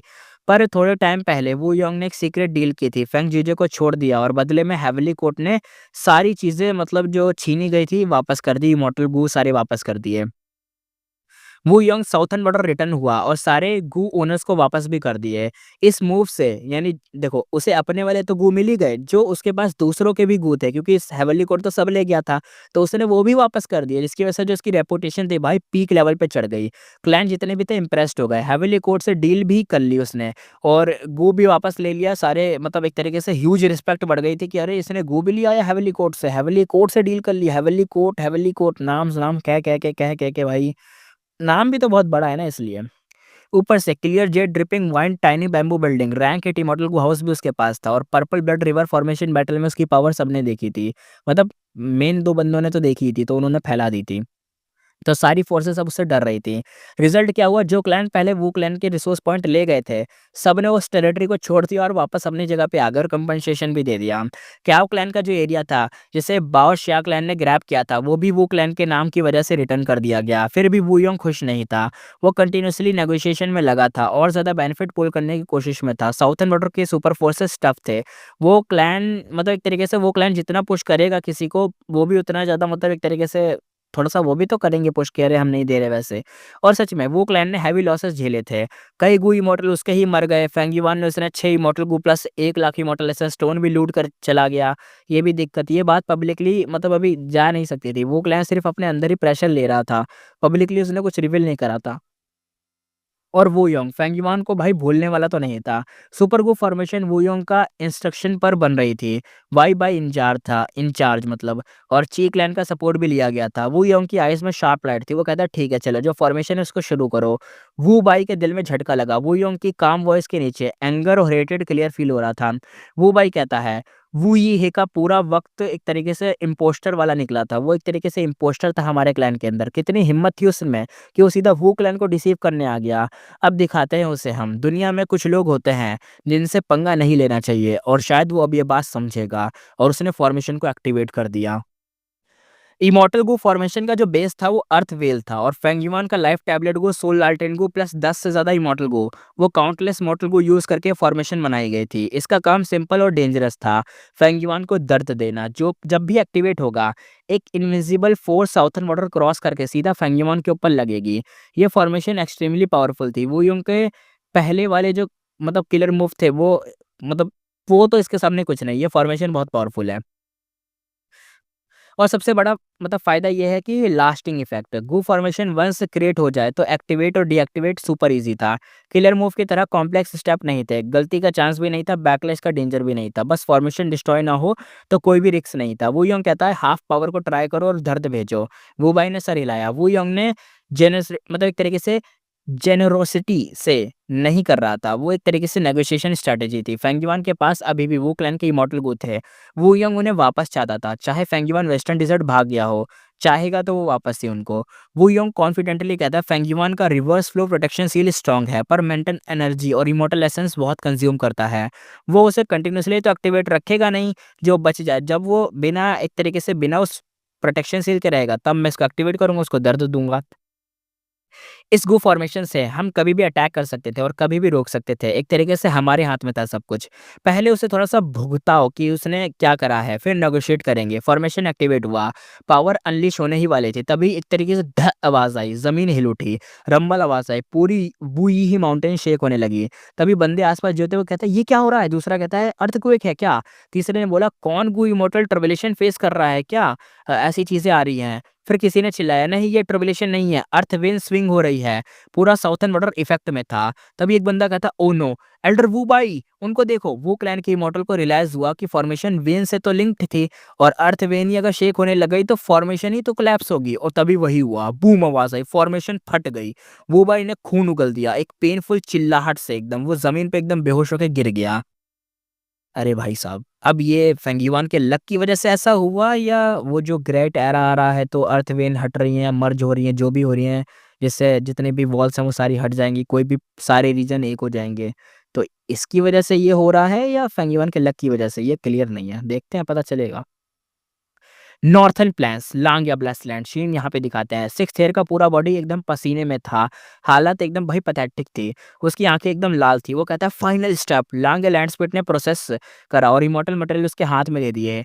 रूल्स ये थे कि लांग या खुद यहाँ पे इनको हेल्प के लिए रखेगा, बस अपनी हेल्प करेगा सिक्स्थ हेयर की, ताकि फेंगयुआन का काम बन जाए। फेंगयुआन का रिक्वेस्ट मना नहीं कर सकता था और वो कर रहा था, हेल्प करना ज़रूरी था। तभी डिंग आवाज़ आई, आइस फायर में एक शार्प मेटालिक साउंड आई, फिर साउंड रुक गया, फिर आइस फायर खत्म होने लग गई, फिर से एक राउंड प्रोफाउंड आइस बचा। सिक्स हेयर एकदम हाँफते हुए कहता है, कम आउट, रैंक 7 इमॉर्टल गू, सेल्फ गू, सामने आओ। और वो जो आइस था, इस जब ये आइस टूटेगी ना तभी सेल्फ गू निकलेगा।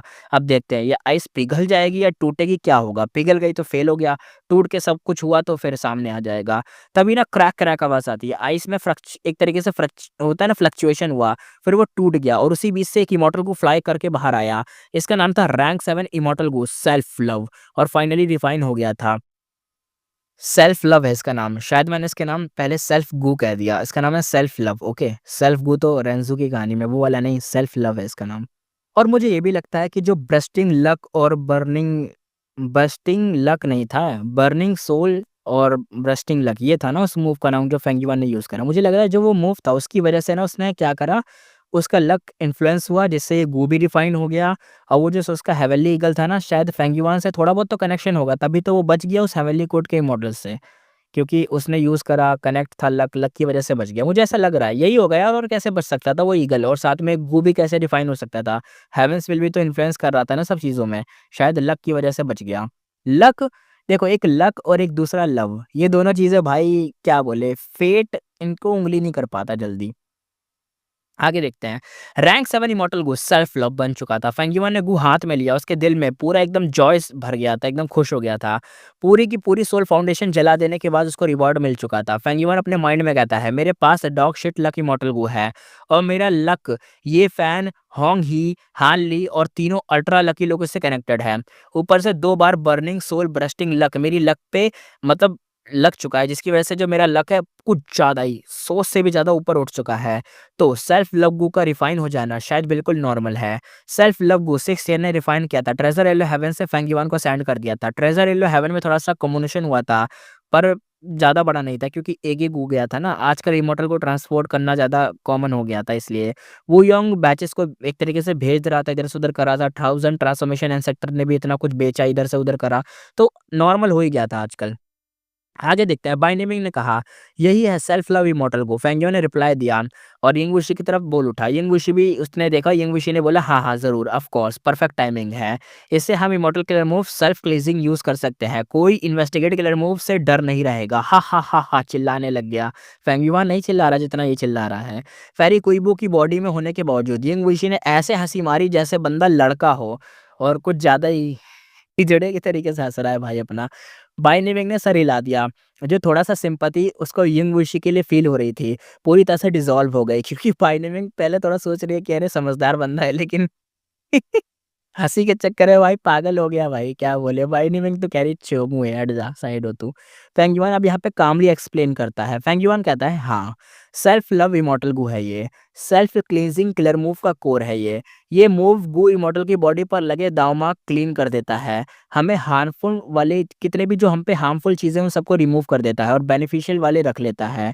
इन्वेस्टिगेट किलर मूव हो या अलायंस एग्रीमेंट हो, सब क्लीन हो सकते हैं इससे। हाई लेवलॉन की आंखें चमक उठी। हाई लेवलॉन अपने माइंड में कहती है, तो क्या मैं शैडो स्लेव के अलायंस एग्रीमेंट से भी फ्री हो सकती हूँ। उसके दिल में होप जाग गई थी इस गू को लेके। सेल्फ लव इमॉर्टल गू की शेप वियर्ड थी, कोई इंसेक्ट जैसी नहीं, बल्कि एक हॉर्न शेप्ड राइस डंपलिंग जैसा लग रहा था। बैम्बू लीफ लेयर भी थी इसके ऊपर, ऊपर से ग्रे व्हाइट थ्रेड भी एकदम इसके ऊपर लगे हुए थे जैसे मार्क करे गए हों।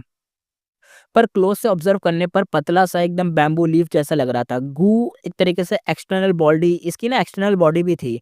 ग्रे व्हाइट थ्रेड्स के दावमार्क पैटर्न बने हुए थे जो हर कुछ ही सांसों पर थोड़े बहुत धीरे धीरे हिल के चेंज हो रहे थे, लोकेशन चेंज कर रहे थे। हाई लाउला ने इस गू के अपीयरेंस को अपने माइंड में एकदम डीपली कवर कर लिया कि भाई इसको देख लो, बाद में शायद काम आएगा। फेंगयुआ ने सेल्फ लव गू को अच्छे से टाइट से पकड़ा हुआ था। फेंगयुआन कहता है चलो पहले मूव करते हैं, फिर इस इमॉर्टल गू से इन्वेस्टिगेट कलर मूव को क्लींस करेंगे। सभी ने एक रैंडम डायरेक्शन ली और 1 लाख लीग दूर ट्रैवल कर लिया। एक ह्यूज सैंड ड्यून के पीछे रुक गए। यिंग वुशी और उसकी टीम गार्ड अप पे चले गए। फेंगयुआन किलर मूव को प्रिपेयर करने लगा। सबसे पहले सेल्फ लव इमॉर्टल गू को एक्टिवेट करा। रैंक 7 गू सवेनर इमॉर्टल प्राइमेसी में फ्लोट कर रहा था। लाइट नहीं थी, बस एक एक फ्रेग्रेंस फैल गई थी, यानी एक मीठी सी खुशबू फैल गई थी हर जगह पे। सेल्फ लव गू की खुशबू से मॉर्टल गूवर्म एक्टिवेट हो गए। सेल्फ लव इमॉर्टल गू के आसपास घूमने लगे और मिलकर एक गूवर्म रिवर बन गई। ये सेल्फ क्लींजिंग का फर्स्ट स्टेप था और इसके लिए सेल्फ लव इमॉर्टल गू का होना मस्ट था। पहले फेंगयुआन यही स्टेप में अटका हुआ था, कोर गू के बिना उसके किलर मूव यूजलेस थे। अब फेंगयुआन ने फाइनली ये गू तो ले लिया, तो अब ये जो चीज थी वो पहला पहला जो स्टेप था फाइनली अच्छे से कंप्लीट हुआ था। अब फेंगयुआ ने सप्लीमेंट्री इमॉर्टल को ऐड करने शुरू कर दिए। ये सब पर्पल मॉन्टेंट मोनार्क के विजडम पाथ रैंक 6 और रैंक 7 गो थे। प्रॉब्लम ये थी कि हर इमॉर्टल गो ऐड करने पर गोवम रिवर जो थी वायलेंटली शेक होती थी। बहुत फाइन कंट्रोल चाहिए था इसको अच्छे से कंट्रोल करने के लिए। और सबसे पहले एक रैंक 6 इमॉर्टल को केयरफुली डाला, रिवर दोबारा से शेक हुई पर थोड़ी देर में स्टेबल हो गई। पेंगुइन का दिल थोड़ा सा डाउन हो गया था। रैंक 6 ही इतना मुश्किल था, तो रैंक 7 डालेंगे तो कहीं रिवर ही डिस्ट्रॉय ना हो जाए, खत्म ना हो जाए। फिर उसने सेकंड इमॉर्टल को डाला, रैंक 7 स्लोली ऐड करा और बहुत ही सावधानी से ऐड करा। इस प्रोसेस में धीरे धीरे रिपीट करते हुए थर्ड इमॉर्टल को की बारी आई और थर्ड डालते ही फेल हो गया। गुवम रिवर टूट गई। फेंगयुआन के मुंह से ब्लड निकल गया। उसने तुरंत ही मैन एज बिफोर इमॉर्टल को यूज करा, इंजरीज को हील कर लिया, किलर मूव कैंसिल करा। मतलब अब इस जगह से जल्दी निकलना होगा। सबने एकदम पैकिंग की और वहां से मूव आउट हो गए। हेवनली कोर्ट और हेवंसविल से बचने के लिए उन्हें बार बार जगह को चेंज करना पड़ा था। अगर एक बार भी फेल होंगे तो जगह को चेंज करो, वहां जाके करो, वरना एक ही जगह पर दोबारा करोगे तो टाइम लगेगा, और टाइम लगेगा तो हेवंसविल कुछ ना कुछ उंगली कर देगा या हेवनली कोर्ट उंगली कर देगा। इसलिए रास्ते में फेंगयुआन अपनी मिस्टेक को एनालाइज कर रहा था। पूरी टीम को मतलब अच्छे से आगे बढ़वा रहा था। इसी किलर मूव पे डिपेंडेंट पूरी टीम अब हो चुकी थी, क्योंकि अगर ये मूव काम नहीं करा तो भाई उनकी लोकेशन एक्सपोज ही रहेगी। 3 बार फेल हुआ था, लेकिन 4th ट्राई पर finally rank 7 immortal killer move self cleansing activate हो गया। और बहुत ही मुश्किल से एक सॉफ्ट वाटरी लाइट फेंगयुआन की हेड की बॉडी से बहती हुई गई और साथ में पानी भी बिल्कुल क्लियर था। और जैसे ही अब उसके पैरों तक ये पानी की लेयर पहुंची, बिल्कुल एकदम सब कुछ डर्टी हो गया। यिंगवुशी कहता है कैसे हुआ, कुछ हुआ क्या? सबकी नजरें फेंगयुआन पे थी, मतलब फेंगयुआन पर थी कि बताओ रिजल्ट क्या हुआ। फेंगयुआन ने परसिवेबल दाव मार्क से अपने दाव मार्क को चेक करा और एक्सप्रेशन तुरंत ही डार्क हो गया। फेंगयुआन कहता है प्रॉब्लम है। अच्छा, तो क्लीन नहीं हुआ क्या, हटा नहीं क्या? आगे देखते हैं। साउथर्न बॉर्डर वू क्लैन सुपर वू फॉर्मेशन डिस्ट्रॉय हो चुकी थी और वू बाई एक तरीके से रिवाइव कर दिया गया था। वू योंग का फेस तो डार्क हो गया था, बड़ी सी पिट को देख रहा था। वू योंग कहता है अर्थवेन यहाँ अचानक क्यों से मतलब शेक क्यों हो गई? ये फॉर्मेशन अर्थवेन पे बेस थी ना, और एक बार ये एक्टिवेट हो गई तो 10,000 ईयर चाहे कितना ही मतलब भूकंप आ जाए, इतने सालों तक ही भूकंप आ जाए, कुछ भी आ जाए, मतलब ऐसे थोड़ी ना होगी अभी, वैसे थोड़ी ना होगा। और कम से कम अगर ऐसा कोई भूकंप आए जो इसको हिला सके तो वो होना चाहिए बहुत ही खतरनाक, जो कि लाखों सालों में एक बार भूकंप आता है, वैसा कोई आए तब कुछ हो सकता है। लेकिन ये नॉर्मल भूकंप से ऐसा कैसे हो गया? लेकिन अच्छा हुआ लास्ट मोमेंट में मतलब सब कुछ हो गया था। लास्ट मोमेंट में फेंगयुआन का लाइफ टैबलेट को सोल लार्टेन को बचा लिया, पर एक रैंक 6 इमॉर्टल को लॉस्ट हो गया था। इस इंसिडेंट के बाद वुयोंग की भाई हेटेड फेंगयुआन के लिए और गहरी हो गई। मुझे तो लग रहा है लक की वजह से हुआ है फेंगयुआन का। और वुयोंग का नुकसान पे नुकसान हो रहा है। फेंगयुआन को नुकसान पहुंचाने के चक्कर में भाई का एक इमॉर्टल को भी खत्म हो गया। अब वू क्लैन के अंदर जो वूफा नाम का बंदा था वो कहता है लॉर्ड वुयोंग कुछ गड़बड़ है। यही नहीं, ताई क्लैन, यी क्लैन, चाई क्लैन, ची क्लैन, सब जगह अर्थक्वेक आया है। वो वुयोंग की जो आईब्रोज थी अब थोड़ी सी उड़ गई। पहले उसे लग रहा था कि मेरे ही यहाँ पे लग गए, मेरा ही बैड लगता, लेकिन अब उसे लग रहा है कि नहीं, कुछ तो दिक्कत है। वुयोंग कहता है मतलब अर्थ वेन्स का जो भूकंप था पूरे साउथर्न बॉर्डर में हुआ है क्या? वूफा कहता है लगता है ऐसा ही हुआ है, और सबके फेसेस अब टेंस हो गए थे। अर्थ वेन का ऐसे शेक होना साउथर्न बॉर्डर में कभी नहीं हुआ था, बिल्कुल एबनॉर्मल चेंज था। तभी आवाज़ आई। वू योंग ने अपने हाथ की तरफ देखा। उसके हाथ में रखे फेंगयुआन के लाइफ टैबलेट को सोल लार्टेन को एक झटके में क्रैक हुए और टोटली ब्रेक होके खत्म ही हो गए। वू योंग शॉक में कहता है, हैं? ये दोनों डिस्ट्रॉय हो गए? क्या फेंगयुआन ने उसके खिलाफ कोई मूव यूज़ करा है? ये सोच रहा था बंदा। और साउथर्न बॉर्डर में उस दिन मॉर्टल हो या इमॉर्टल सब पैनिक में चले गए। अर्थवेन इतनी वायलेंटली शेक हुई, पूरी रीजन की ज्योग्राफी उलट-पुलट हो गई थी। माउंटेन्स कोलैप्स हो गए थे, रिवर ब्लॉक हो गई थी, पिट्स एकदम भर गए थे, यानी जितने गड्ढे थे भर गए थे, रिसोर्स पॉइंट गायब हो गए थे। ज़मीन में हेवन एंड अर्थ की असली पावर सीधी दिख गई थी। काउंटलेस मॉर्टल भी मर गए थे। सुपर फोर्सेस ने अपने लॉसेस भी गिन लिए थे और कई मॉर्टल क्लैन भी खत्म हो गए थे। सुपर क्लैन भी बहुत ही ज़्यादा रिसोर्स पॉइंट खत्म हो गए थे सुपर क्लैन के। ये सडन अर्थक्वेक ने साउथर्न बॉर्डर की टेंस पॉलिटिकल फाइटिंग एकदम से साइलेंट कर दी थी। सबने अपने कॉन्फ्लिक्ट को साइड में रखकर अर्थवेन के कॉज की इन्वेस्टिगेशन शुरू करी थी। ये जो खतरनाक भूकंप था 10,000 साल में नहीं, 1 लाख साल में भी नहीं हुआ, इवन एंटीक्विटी एरा में भी नहीं हुआ। हिस्ट्री में पहली बार ऐसा कुछ हो रहा था। साउथर्न बॉर्डर के सब इमॉर्टल्स, राइटियस या डेमोनिक या लोन कल्टिवेटर सब शॉक में आ गए थे। अर्थवेन में ऐसा बड़ा कॉम्बिनेशन क्यों हो गया? यानी अर्थवेन में ऐसा क्या हुआ? इनको नहीं पता क्या ग्रेट एरा आ रहा है? शायद इनको नहीं पता। सीन दिखाते हैं वेस्टर्न डिजर्ट का, फेंगयुआन का। दूर वेस्टर्न डिजर्ट में फेंगयुआन है। साउथर्न बॉर्डर का इन्फॉर्मेशन कलेक्ट करके डीपली सोचा। फेंगयुआन कहता है ये ग्रेट एरा का इंडिकेशन है। अब वो फिर से लोकेशन चेंज कर चुका था। नाइट फेड हो चुकी थी, होराइजन में लाइट आई और चली गई। सूरज उठा, ब्राइट लाइट से डिजर्ट ग्लो होने लग गया और अगले दिन की शुरुआत थी। फेंगयुआन व्हाइट रोब में खड़ा था, होराइजन सन के डीप गेज में देख रहा था। सन स्मूथ और होपफुल लग रहा था, पर उसका फ्यूचर इतना स्मूथ नहीं था। पर्पल माउंटेन ट्रोमोनार का इनहेरिटेंस मिलने के बाद फेंगयुआन को पता चल गया था कि ग्रेट एरा का लिंक स्पेक्टर सोल और शैडो सेट से क्या है। नॉर्मल टाइमलाइन में ग्रेट एरा इसी टाइम आना था, पर उसकी 500 साल की पास्ट लाइफ में स्पेक्टर सोल ने हेवनली कोर्ट और हेवेंसविल दोनों को ओवर पावर करके ग्रेट एरा को 500 साल डिले कर दिया था, यानी बाद में आए ऐसा कर दिया था। हेवेंसविल डेस्परेट होकर फेंगयुआन को टूल बना दिया था और स्प्रिंग ऑटम सिगार्डा से टाइम को रिवाइंड करके शैडो सेट के प्लान को बिगाड़ना चाहता। और इस टाइम पाथ में वर्ल्ड अपनी ओरिजिनल डेस्टिनी पर वापस आ गया था। स्पेक्टर सोल शैडो सेट के बिना ग्रेट एरा अब नेचुरली अनफोल्ड हो रहा था, यानी अब वो अपने असली टाइम पे वापस आ रहा था। और ये जो अर्थ वेन का ये जो भूकंप था, ये ग्रेट एरा का ऑफिशियल स्टार्ट था। फेंगयुआन सोचते हुए कहता ग्रेट एरा आ रहा है, 5 रीजनल वॉल गायब हो जाएंगी, पर उससे पहले 5 रीजन की earth vein, southern border, northern plains, central continent, western desert, eastern sea सब कंबाइन होकर एक बनेंगी। और इस पीरियड में अर्थ वेन के जो भूकंप है बार बार होंगे, सिर्फ साउथर्न बॉर्डर में नहीं, बाकी के 4 रीजन में। साउथर्न बॉर्डर सबसे पहले क्यों हिट हुआ? क्योंकि साउथर्न बॉर्डर में सबसे ज्यादा अर्थपात के दावमार्क है। अर्थ वेन सबसे डीप वहीं पर है, इसलिए ग्रेट एरा का पहला शॉक यहीं पे पड़ा था। फेंगयुआन का गेज और ज्यादा थॉटफुल हो गया था। और ग्रेट एरा का आना फेंगयुआन की पूरी कल्टीवेशन प्लानिंग को बिगाड़ गया। उसके ओरिजिनल प्लान में बहुत टाइम था, ड्रीम रेलम से अटेनमेंट राइज करना, अपनी वेल्थ को गैदर करना, कल्टीवेशन स्लो और स्टडी को ग्रो करना, यानी स्लो और धीरे धीरे ग्रो होता जाएगा। 5 रीजन क्योटिक वॉर स्टार होने से पहले वो rank 8 level plus deep foundation के साथ मैसिव एडवांटेज में होता। लेकिन ग्रेट एरा और अब ग्रेट एरा जल्दी आ गया तो प्लान टोटली क्रैश कर गया था, यानी रैंक 8 तो भाई पहुंचा ही नहीं अभी। ऊपर से वो हेवनली कोर्ट से भाग रहा है, हेवेंसविल उसके खिलाफ प्लॉटिंग कर रहा है। हर पल अलर्ट रहना पड़ रहा था, कभी भी कोई रैंक 8 एनिमी आकर उसकी ज़िंदगी ख़त्म कर सकता था। फेंगयुआन सोच रहा था ये मैसिव चेंज है। अभी सिर्फ मैं, हेवनली कोड और शैडो सेक्ट और कुछ फोर्सेस अर्थवेन ट्रेमर का असली रीज़न जानते हैं, बाकी कोई नहीं।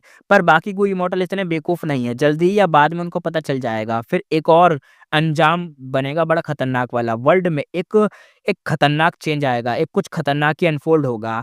और मेरी रीबर्थ एडवांटेज फिर से कम हो रही है, यानी जो मेरा रीबर्थ का एडवांटेज था धीरे-धीरे और कम हो जाएगा, या कम हो ही गया मान लो। अगर ड्रीम रेलम मेटल में मेरी आइडेंटिटी एक्सपोज़ नहीं होती तो मैं अभी वही ही होता और साउथर्न बॉर्डर के अर्थवेन ट्रिमर में जो ट्रांचेस या पिट या रेयर बीस्ट या रेयर प्लांट्स निकलेंगे उन सबको लूट सकता था। ये तो ग्रेट एरा हार्वेस्ट होता। सब फोर्सेस कम्पीट करती है इसके लिए। 5 रीजन में सब जगह ऐसे चेंजेस मिलेंगे, पर साउथर्न बॉर्डर में सबसे ज़्यादा इफेक्ट होगा क्योंकि अर्थवेन फाउंडेशन सबसे बड़ा वहीं पर है। तो वहाँ के जो रिसोर्स आने वाले हैं, जो खाइयाँ या गड्ढे या जो बड़ी-बड़ी खाइयाँ हैं, जो भी बनेगा, गुफाएँ बनेंगी, जो भी बनेगा वो सबसे ज़्यादा वहीं पे बनेंगी और वहीं पे सबसे बढ़िया-बढ़िया चीज़ें आने वाली हैं। ईस्टर्न सी सबसे ज़्यादा बेकार पोज़ीशन में होगा। अर्थवेन के वहाँ पे कुछ भी नहीं मिलेगा, वहाँ तो मतलब लैंड है ही नहीं, तो अर्थवेन का फ़ायदा वहाँ पे होगा ही नहीं। सबसे ज़्यादा रिच ईस्टर्न सी को ही माना जाता है, तो देख रहे हो आयरनी कितनी खतरनाक है। जब ग्रेट एरा आएगा या ग्रेट एरा की शुरुआत आएगी तो ईस्टर्न सी सबसे बुरे केस में होगा। बुरे केस इसलिए कि देखो ईस्टर्न सी में भले रिसोर्स सबसे ज़्यादा हैं, लेकिन भाई वो सारे रिसोर्स ग्रेट एरा के जो भूकंप आएँगे उसमें तबाह हो जाएँगे। रिसोर्स बचेंगे ही नहीं, तो ईस्टर्न सी के सारे रिसोर्स खत्म हो जाएँगे और सबसे ज़्यादा साउथर्न बॉर्डर में रिसोर्स होंगे। फेंगयुआन को अपने पास्ट लाइफ का थ्योरी याद आया। ये treasure opportunities heaven and earth का बैलेंसिंग गिफ्ट होते हैं ताकि 5 रीजन बराबर रहें। अगर वो अभी वही होता अपनी मेमोरी से, वो उन एग्जैक्ट लोकेशन पर जाके रहे रेयर ट्रेजर वाइल्ड इमॉर्टल को इजीली ग्रैब कर सकता था। पर आइडेंटिटी एक्सपोज हो चुकी थी, सारे चांसेस गायब थे। उसे थोड़ा सा रिग्रेट हुआ। अब उसको पता नहीं था कि ये अर्थवेन जो भूकंप है मतलब उसने उसे बचाया है या क्या करवाया है? क्योंकि ये जो भूकंप थे भूकंप तो वैसे ही है, वू क्लैन का इमॉर्टल फाउंडेशन एक्सप्लोड हो गया, वू यंग का स्कीम फेल हो गया, फेंग युआन एक बड़े ट्रैप से बच गया, एस्केप कर गया। ग्रेट एरा के भूकंप वैसे ही आने वाले थे, पर इसी एग्ज़ैक्ट मोमेंट पर हिट करना, तो ये हो सकता है कि उसका जो लक था उसकी वजह से हुआ हो। मैं भी तो कह ही रहा था लक की वजह से होगा। फेंग युआन ने कहा, गुड थिंग ये है कि सेल्फ लव इमॉर्टल को मिल गया है। सेल्फ क्लींजिंग यूज़ करके मैंने सब नेगेटिव दावमा क्लीन कर दिए। इवन वू क्लैन का अलायंस एग्रीमेंट भी क्लियर कर दिया। अब वू क्लैन से पूरी तरह से वो फ्री हो गया था। अब तक मेरा लाइफ टैबलेट को, सोल आर्टन को भी टूट चुके होंगे वहाँ पर। वू योंग उनसे कुछ नहीं कर सकता। पर रिलीफ के साथ फेंग युआन ने सेल्फ क्लींजिंग की एक वीकनेस भी स्पॉट कर ली थी। सेल्फ क्लींजिंग का इफेक्ट यूनिक था। ये सारे हार्मफुल दाव क्लीन कर देता था, लेकिन चॉइस फेंग युआन के हाथ में नहीं होती थी। एग्जाम्पल, वू क्लैन का अलायंस एग्रीमेंट पूरी तरह से क्लीन हो गया, पर चूडू, लांग या लैंडस्पिट, वेरिएंट ह्यूमन, क्रेज डीमन केव वाले एग्रीमेंट भी क्लीन नहीं हुए। यानी ये भी क्लीन होने चाहिए थे, लेकिन ये वाले क्लीन नहीं हुए। लैंडस्पिट का जो एग्रीमेंट था वो भी क्या वैसे का वैसा है। वेरिएंट ह्यूमन के साथ जो एग्रीमेंट था वो भी ऐसा ही है। चूडू के साथ जो एग्रीमेंट था वो भी है। और क्रेज डीमन केव वाले के साथ जो भी एग्रीमेंट था वो अभी भी है। वो सब क्लीन नहीं हुआ। क्योंकि ये दावमार्क उनके लिए हार्मफुल नहीं थे। सेल्फ क्लींजिंग सिर्फ़ हार्मफुल वाले को हटाता था, यानी हार्मफुल जो भी होंगे वो सबको हटाएगा। प्रॉब्लम ये थी कि अगर फेंगयुआन इनमें से किसी को बिट्रे करे, तो अलायंस एग्रीमेंट के दावमार्क तुरंत ही पनिश करेंगे और तब सेल्फ क्लींजिंग यूज़ करने का चांस मिलेगा ही नहीं। तो तब हार्मफुल का क्या फ़ायदा जब हार्मफुल से मर ही जाओगे तो, है ना? सबसे बड़ा इशू फेरिज़ का इन्वेस्टिगेशन किलर मूव था। ये दावमार्क एक्सट्रीमली हार्मफुल थे, इसलिए सेल्फ क्लींजिंग ने उन्हें रिमूव कर दिया। पर शॉकिंग बात ये थी कि दावमार्क खुद ब खुद ही रीजनरेट होने लग गए। इस स्पीड से कि सिर्फ 6 घंटे में पुराना किलर मूव पूरी तरह से रिकवर हो जाएगा। यानी अभी 6 घंटे नहीं हुए, लेकिन आधे से ज़्यादा दावमार्क रिकवर हो चुके हैं। फेंगयुआन कहता है self cleansing purple mountain true monarch की इस फील्ड का स्ट्रॉन्गेस्ट मेथड था, पर इस बार का एनिमी बहुत पावरफुल है। इन्वेस्टिगेट किलर मूव पक्का फेरिज़ ने स्टार कंसोलेशन चेसबोर्ड से बनाया है। ये उसका गेस था, पर काफ़ी श्योर था, क्योंकि उसने इस तरह का सेल्फ प्रोडक्शन दावमार्क पहले देखे हैं। उसके ओरिजिनल ज़ॉम्बी बॉडी में, रैंक 6 स्ट्रेंथ पाथ और 8 arm heavenly immortal zombie form में भी। उसमें सेकंड प्राइमेसी पूरा ब्रेक हो चुका था। फर्स्ट प्राइमेसी में स्प्रिंग ऑटम सिगारा सील था, जिसमें हेवेंसविल छुपा हुआ था, और बॉडी के अंदर यिंग वेशी ने एक विशियस सोल ट्रैप लगाया था, जिससे फेंगयुआन की मतलब कोई सोल भेजे तो ट्रैप एक्टिवेट हो जाएगा और सोल मर जाएगी, और फिर अपने आप और दावमार्क ग्रो कर लेता, हर बार और स्ट्रांग हो जाते। ये था सेल्फ रीजनरेटिंग दावमार्क का फेंगयुआन का पहला एक्सपीरियंस। यिंग वेशी का मूव पर कॉन्सेप्ट ओरिजिनली था, थीविंग हेवन डीमन वनरेबल के पास भी ये था, तो वहीं से सारे कॉन्सेप्ट ही आए थे। पर्पल माउंटेन की इनहेरिटेंस में लिखा था कि ये सिर्फ रैंक 9 वनरेबल ऐसे रीजनरेटिंग दावमा किलर मूव बना सकते हैं, इसलिए फेंगयुआन का गस स्ट्रांग था। फेरिज़ ने चेस बोर्ड का यूज़ किया था, क्योंकि chess board star consolation immortal vulnerable की लेगेसी थी। अब हेवनली कोड की अंडरस्टैंडिंग फेंगयुआन को पहले से ज़्यादा डीप थी। उसको याद आया कि बाकी वनरेबल के पास भी ऐसे दावमा रीजनरेशन वाले मेथड थे, जैसे जायंट सनी मोटर वल्नरेबल का रैंक 8 फॉर्च्यून रिवीलिंग हेवन मा होंगयुन ने एक बार यूज़ किया था, और लक पूरा लाइफ भर चलता रहा। ज़ीरो इमॉर्टल एसेंस कॉस्ट थी, और पूरे दावमार्क बार-बार गेम को चेंज करते रहते थे और बनते रहते थे दावमार्क। और थीविंग हेवन डीमन वल्नरेबल के डिफेंसिव किलर मूव जैसे घोस्टली कंसीलमेंट और डिवाइन कंसीलमेंट, ये सोल के ऊपर एक दावमार्क क्लॉक बनाते थे। हेवेंस व्हील और सोल से टोटली हिडन रहते थे। अगर क्लॉक डैमेज हो जाए तो दावमार्क खुद ही रीजनरेट हो जाते थे। 1 मिनट, क्या बोला इसने? ये सोल के ऊपर दावमार्क क्लॉक बनाते थे, एक तरीके की चादर बना देते थे, जैसे ढक लो अपने आप को। लेकिन ये हेवेंस व्हील और सोल से टोटली हिडन रहते थे। अच्छा, तो अगर ये हेवेंस व्हील से हिडन रहते हैं, तो इसका मतलब है घोस्टली कंसीलमेंट तो नहीं है फिर, यानी डिवाइन कंसीलमेंट से तुम हेवेंस व्हील से बच सकते हो। है ना? इसने बोला ना सोल से बच सकते हो और हेवेंस व्हील से बच सकते हो। तो डिवाइन कंसीलमेंट से तो हेवेंस व्हील होगा, और घोस्टली कंसीलमेंट से सोल सोल से बच सकते होगे। यही होगा इसका मतलब, और कोई हो ही नहीं सकता, क्योंकि खुद ही सोचो तुम, अगर इसके पास डिवाइन कंसीलमेंट नहीं है, सिर्फ़ घोस्टली कंसीलमेंट है फेंगयुआन के पास, और हेवेंस व्हील उसे अभी भी ट्रैप करता है, तो इसका मतलब है वो डिवाइन कंसीलमेंट होता तो वो हेवेंस व्हील से बच जाता। घोस्टली कंसीलमेंट है, इसीलिए वो सोल से बच सकता है बस, सोल हिडन रहती है ऐसे टाइप की, सोल से बच सकता है वो, ठीक है। देख रहे हो, पता चल गया भाई घोस्टली कंसीलमेंट का। एग्ज़ैक्टली यही टाइप का इफ़ेक्ट था, फेरिज़ के किलर मूव में भी यही था कि वो भी रीजनरेट कर देते थे दावमार्क को, जिससे अगर कोई भी हटाएगा तो वापस बन जाएँगे। और इन्वेस्टिगेट किलर मूव उसके ऊपर बना रहेगा और बंदे की लोकेशन एक्सपोज़ रहेगी। लेकिन एक और चीज़ थी, फेंग युआन को सुप्रीम ग्रैंड मास्टर का अटेनमेंट का कॉन्सेप्ट अब पूरा क्लियर हो चुका था, क्रिस्टल क्लियर हो गया था। सुप्रीम ग्रैंड मास्टर, समझ रहे हो? ये लेवल अभी फेंग युआन के पास बिल्कुल नहीं है। किसी भी अटेनमेंट में, किसी भी कॉन्सेप्ट में एक तरीके से अभी फेंग युआन को बस ये समझ आया है, अटेनमेंट लेवल अभी तक नहीं है उसके पास। वो ग्रैंड मास्टर तक गया है बस सबसे ज़्यादा, ग्रेट ग्रैंड मास्टर भी नहीं गया, सिर्फ़ ग्रैंड मास्टर गया है। आगे देखते हैं। फेंग युआन रिकॉल करते हुए कहता है, हर रैंक 9 वल्नरेबल अपने मेन पाथ में सुप्रीम ग्रैंड मास्टर होता है। पर्पल माउंटेन ट्रू मोनार्क के नोट्स के हिसाब से ग्रैंड मास्टर दूसरे पाथ की एक तरीके से इमिटेशन होती है। और रही बात ग्रेट ग्रैंड मास्टर की, वो नेचुरल दावमार्ग का यूज़ करते हैं। और रही बात सुप्रीम ग्रैंड मास्टर की, तो वो दावमार्ग का रीजनरेट होना और सेल्फ सस्टेन होना, ये सब वो करना आता है उनको। वो इमॉर्टल एसेंस की रेस्ट्रिक्शन से फ्री होना, उनको ये भी आता है। ये क्लासिफिकेशन अब उसके सामने पूरी क्लैरिटी में आ चुकी थी। पर्पल माउंटेन की इनहेरिटेंस में प्लस फेंग युआन के खुद के एक्सपीरियंस ने उसकी अंडरस्टैंडिंग को बहुत ही डीपेन कर दिया था। उसका 8 आर्म ज़ॉम्बी बॉडी वाला सोल ट्रैप अब वो रिसॉल्व कर सकता था, लेकिन सवेनर इमॉर्टल बॉडी पर लगे इन्वेस्टिगेट दावमार्ग वो बहुत ही ज़्यादा टफ थे। फेंग युआन एनालाइज़ करते हुए कहता है, सेल्फ क्लीजिंग में मैं कुछ दावमार्ग हटा सकता हूँ, पर जितना मैं उन्हें मतलब कम करता हूँ, वो उतना ही फ़ास्ट रीजनरेट होते हैं। एक बार सेल्फ क्लींजिंग यूज़ करने से 10% दावमार्क रिमूव होते हैं और आधे दिन में 100% वापस आ जाते हैं। मतलब अगर मैं पूरा किलर मूव ही पूरा दिन भी चलाता रहूँगा, तो वो कुछ फ़ायदा नहीं होगा, वो आ ही जाएँगे, सब कुछ वापस हो जाएगा। लगातार बिना ब्रेक के आधा महीना भी सेल्फ क्लींजिंग चाहिए, तब जाके कुछ हो पाए। ये कैलकुलेशन करते ही फेंग युआन का एक्सप्रेशन हेवी हो गया, क्योंकि एक बार भी फेल हुआ तो लो दिक्कत आ जाएगी फिर तो। 1 महीने तक कौन चलाएगा भाई ये मूव? ऊपर से जो इतना फ़ेल भी होता है। इन्वेस्टिगेट किलर मूव उसकी एक्सपेक्टेशन से बहुत ज़्यादा ट्रबलसम निकला। सबसे बड़ा इश्यू ये था कि उसका प्लान इम्पॉसिबल था। सेल्फ क्लींजिंग कंटीन्यूअस मूव नहीं करता, हर एक्टिवेशन अपना ड्यूरेशन था, फिर दोबारा एक्टिवेट करना पड़ता। इतनी बार रिपीटेड करना और बैटलफील्ड चेज़, सर्वाइवल कंडीशन में ये सब करना तो भाई रियलिस्टिक नहीं लगता। सेल्फ लव इमॉर्टल को होने के बावजूद वो हार्मफुल दामाक को पूरे तरीके से क्लीन नहीं कर पा रहा था। और एक बार एक और मतलब एक तरीके से एक और बार एक तरीके से रोड ब्लॉक उसके सामने आ खड़ा हुआ था, क्योंकि हर बार जब भी वो किसी वॉल को तोड़ के आगे निकलता ना, एक और बड़ी वॉल उसके सामने आ जाती। इसलिए फेंग युआन का फेस खराब हो गया था। वो कहता अब क्या करूं। इसी के साथ सीन यहाँ पे शिफ्ट होता है। फेरी ज़ीवी हेवनली कोर्ट। फेरी ज़ीवी ने चेस बोर्ड के सामने हल्का सा कॉन्फिडेंट स्माइल दिया।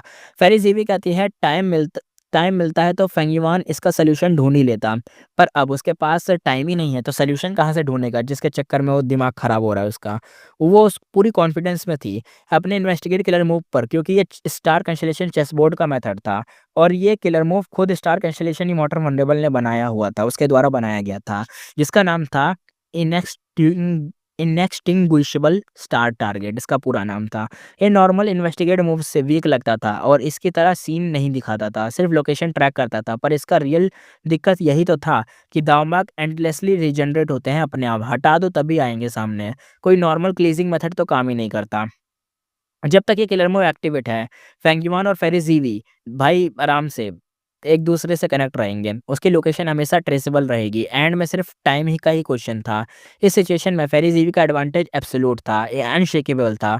जब तक फेंग युआन के पास ग्रोथ का टाइम और फ्रीडम नहीं होगा, हेवनली कोर्ट का प्रेशर और हर दिन हैवी ज़्यादा होता रहेगा, यानी और ज़्यादा उसको डर लगता रहेगा, दिक्कत होती रहेगी।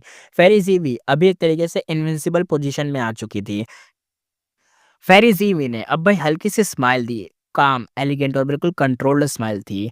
फेरिज़ीवी अपने माइंड में कहती है, फेट के सामने लक कब तक टिकता है? थोड़ी सी मिसहैप हुई तो क्या हुआ? क्या फ़र्क पड़ता है इससे? कोई फ़र्क नहीं पड़ता। उसके स्टार कंस्टेलेशन चेस बोर्ड पर 2 हेवनली कोर्ट इमॉर्टल दिख रहे थे और इमॉर्टल वो हाउस में फ्लाइंग कर रहे थे। उनके फेसेस कॉन्फिडेंट भी थे और ख़राब भी थे। एक इमॉर्टल वही कहता है, upper extreme heavenly eagle black and white over turning cloud में घुसकर ब्लैक हेवन में भाग गया। अब हमारे हिसाब से डे टाइम चल रहा है, हम व्हाइट हेवन में हैं, मतलब ब्लैक हेवन ऊपर है। Heavenly wind QI wall cross करके ऊपर जाना होगा। अब दूसरा ही मॉडल कहता है, हाँ, हमें इन्वेस्टिगेट मूव यूज़ किया हुआ है और जैसे ही ब्लैक हेवन में एंटर होंगे, ईगल की लोकेशन सेंस हो जाएगी। इस बार हमारे यहाँ से वो फिसल नहीं सकता, एस्केप रिपीट नहीं होने देंगे। दोनों में कॉन्फिडेंस वापस आ चुका था और उनके बिलीफ सिंपल थे, हम स्ट्रांग हैं और लक हमेशा नहीं काम करती इसलिए। एक बार ईगल स्लिप हो गया था तो क्या हुआ, दूसरी बार थोड़ी ना होगा और आखिरी में एक गलती होगी और हेवनली कोर्ट के हाथ में वो आ ही जाएगा। चेस बोर्ड के सीन शिफ्ट होता है और फेंग जीजे का सीन देखते हैं। रिवर ऑफ टाइम से निकलकर वेस्टर्न डिजर्ट आ चुका था वो बंदा, पर ट्रिब्यूटरी अलग थी, इसलिए वो वापस सेम रूट से रिटर्न नहीं कर सकता था। फेरी ज़ीवी ने उसे गाइडेंस दी और इसी टाइम में वो फेंगयुआन से थोड़ा बहुत दूर तो था, मतलब अभी भी बहुत दूर है लेकिन आ तो चुका है वेस्टर्न डिज़र्ट में, बस वही काफ़ी था। फेरी ज़ीवी अपने डीप थॉट में कहती है, फेंग जीजे एक दाओ गार्डियन है, उसकी लक माउंटेन जैसी स्टेबल है, सिर्फ ऐसी स्ट्रॉन्ग लक वाले लोग फेंगयुआन को काउंटर कर सकते हैं।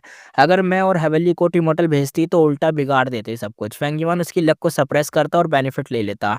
अपर एक्सट्रीम हेवनली ईगल वाली एग्जांपल बिल्कुल क्लियर थी। फेंग जीजे ही बेस्ट ट्रैकर होगा और वो फेंगयुआन को पुश करेगा, उसके ट्रम्प कार्ड फोर्स आउट करेगा निकालने के लिए। जब उसके सारे ट्रम्प कार्ड खत्म हो जाएँगे, तब हम उसे खुद ही मारने जाएँगे और मैं खुद ही जाऊँगी उसको मारने। उसकी आँखों में क्लियर इंटेंट चमक रहा था। ये फेंगयुआन को अंडरएस्टिमेट करना, एक तरीके से अंडरएस्टिमेट नहीं करना था, बल्कि उसका सारे ट्रम्प कार्ड को निकाल के उसकी जितनी भी डेंजर लेवल है उसको अच्छे से समझ कर फिर अटैक करना था, ताकि वो फिर कुछ ना कर पाए। इसलिए फेरी ज़ीवी तब तक पर्सनली एक्ट नहीं कर रही थी, सिर्फ़ ये फेंग जीजे को भेज रही थी। फेंगयुआन के पास अभी भी हिडन ट्रम्प कार्ड थे।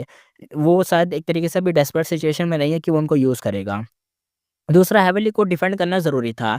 ड्यूक लॉन्ग और अंदर स्पेक्टर सोल की मेन बॉडी को सप्रेस कर रहा था। फेरी ज़ीवी को सेंट्रल कॉन्टिनेंट पूरी तरह से सुपरवाइज़ करना था इसलिए। और तीसरा, ग्रेट एरा शुरू हो रहा था। साउथर्न बॉर्डर में अर्थवेंस के भूकंप आ चुके थे। सेंट्रल कॉन्टिनेंट की पोजीशन बहुत ही डिसएडवांटेज में थी। प्रिपरेशन अर्जेंट थी, इसलिए सेल्फ लव इमॉर्टल को मिलने के बावजूद फेंगयुआन अब भी फेरी ज़ीवी के कंट्रोल से बाहर नहीं निकला था। और फेरी ज़ीवी इन 3 चक्कर में यानी यही जो 3 चक्कर थे कि पहला, फेंगयुआन का हिडन ट्रम्प कार्ड अभी नहीं आए।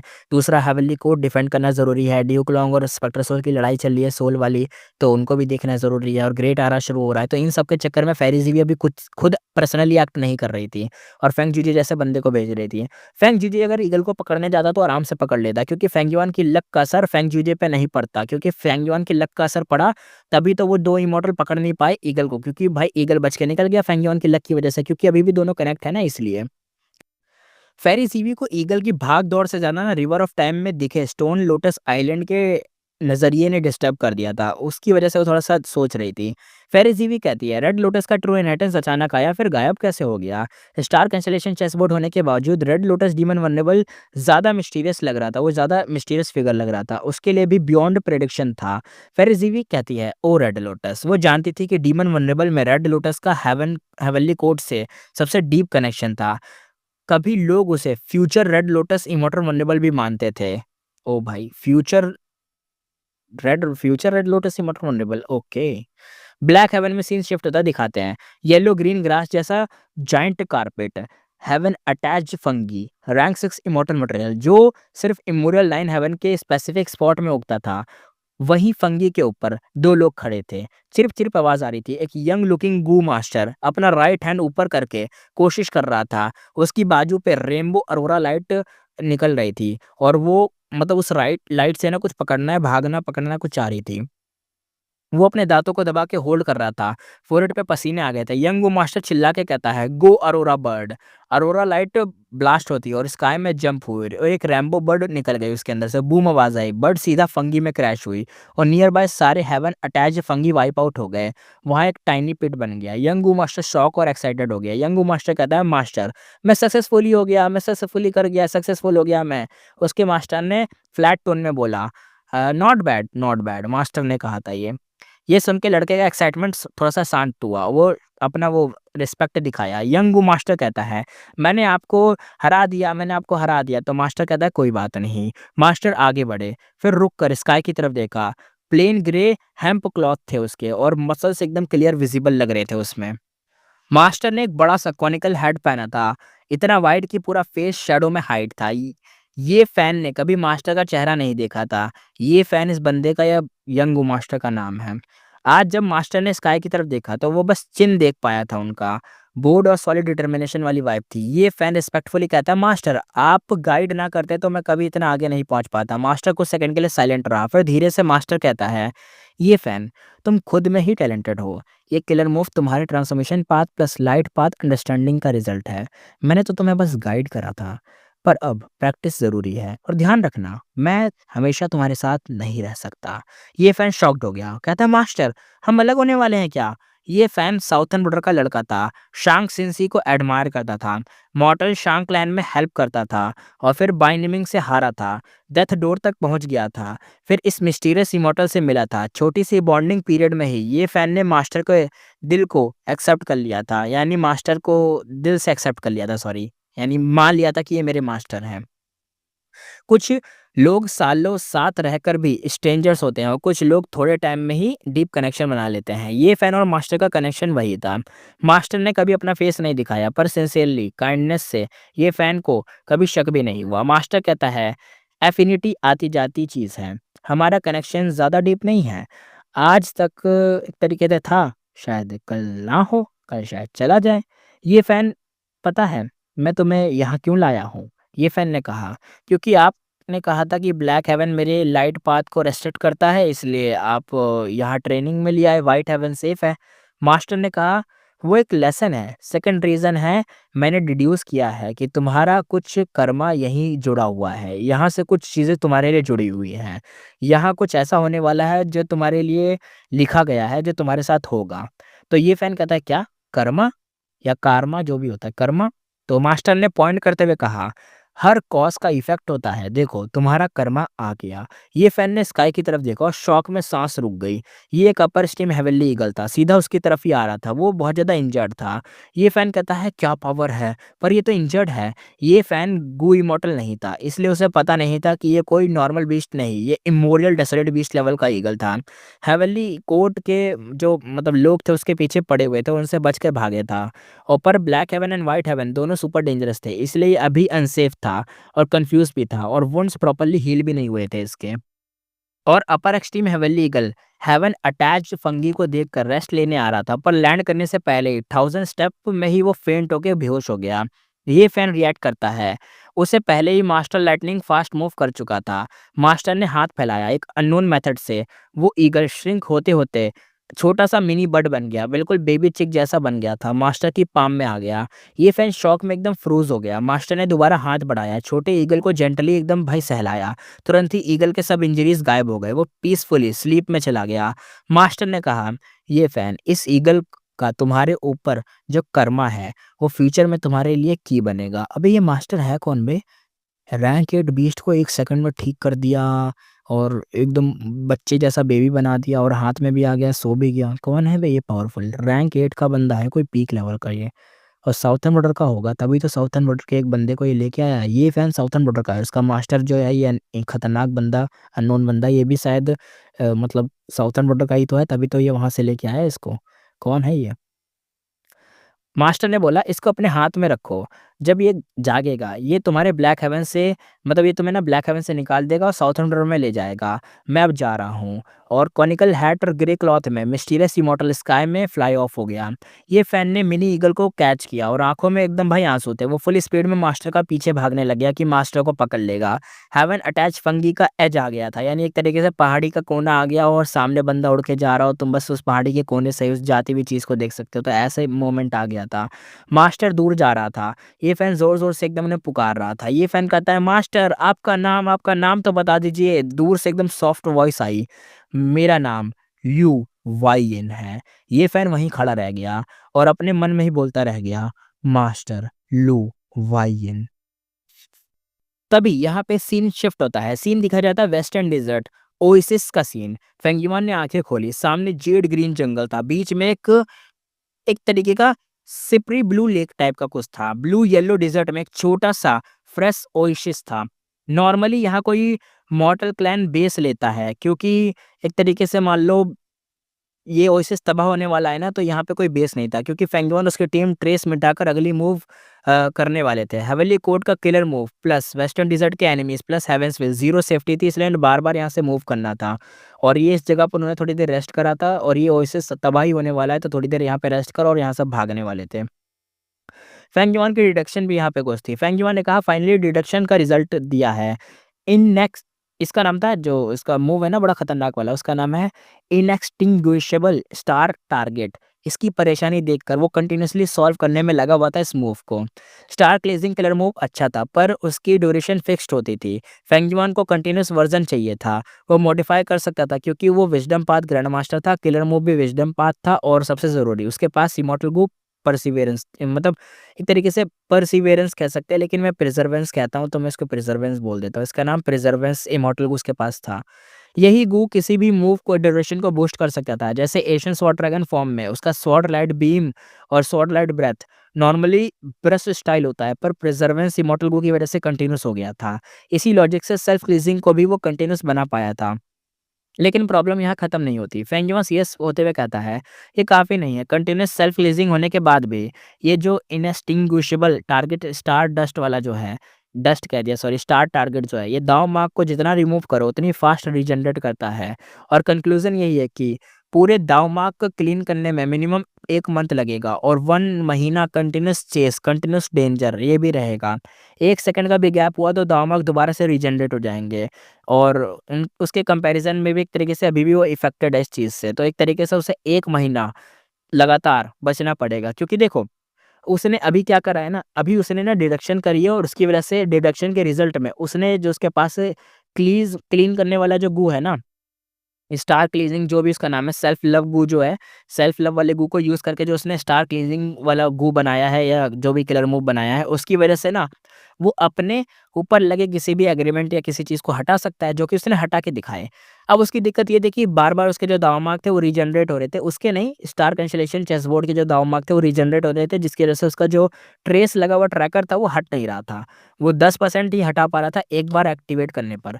उसे 100% हटाना पड़ेगा तभी जाके वो पूरा एक बार में हटेगा, वरना तो अगर उसने 10% हटाया तो वो दोबारा से 100% और बढ़ जाएगा। इसलिए भाई को दिक्कत थी। तो भाई ने परसिवियरेंस या प्रिजर्वेंस जो भी है उस गो को यूज़ करा, जिसकी वज़ह से उसका जो ये इमॉर्टल किलर मूव था ना, ये बार-बार एक्टिव रह रहा है। यानी अभी वो भाग रहा है, कुछ कर रहा है तो वो एक्टिव ही है। वो पहले ही एक्टिव है, वो एक्टिवेट चला जा रहा है, एकदम मशीन की तरह चले जा रहा है, चले जा रहा है, दिन-रात चले जा रहा है।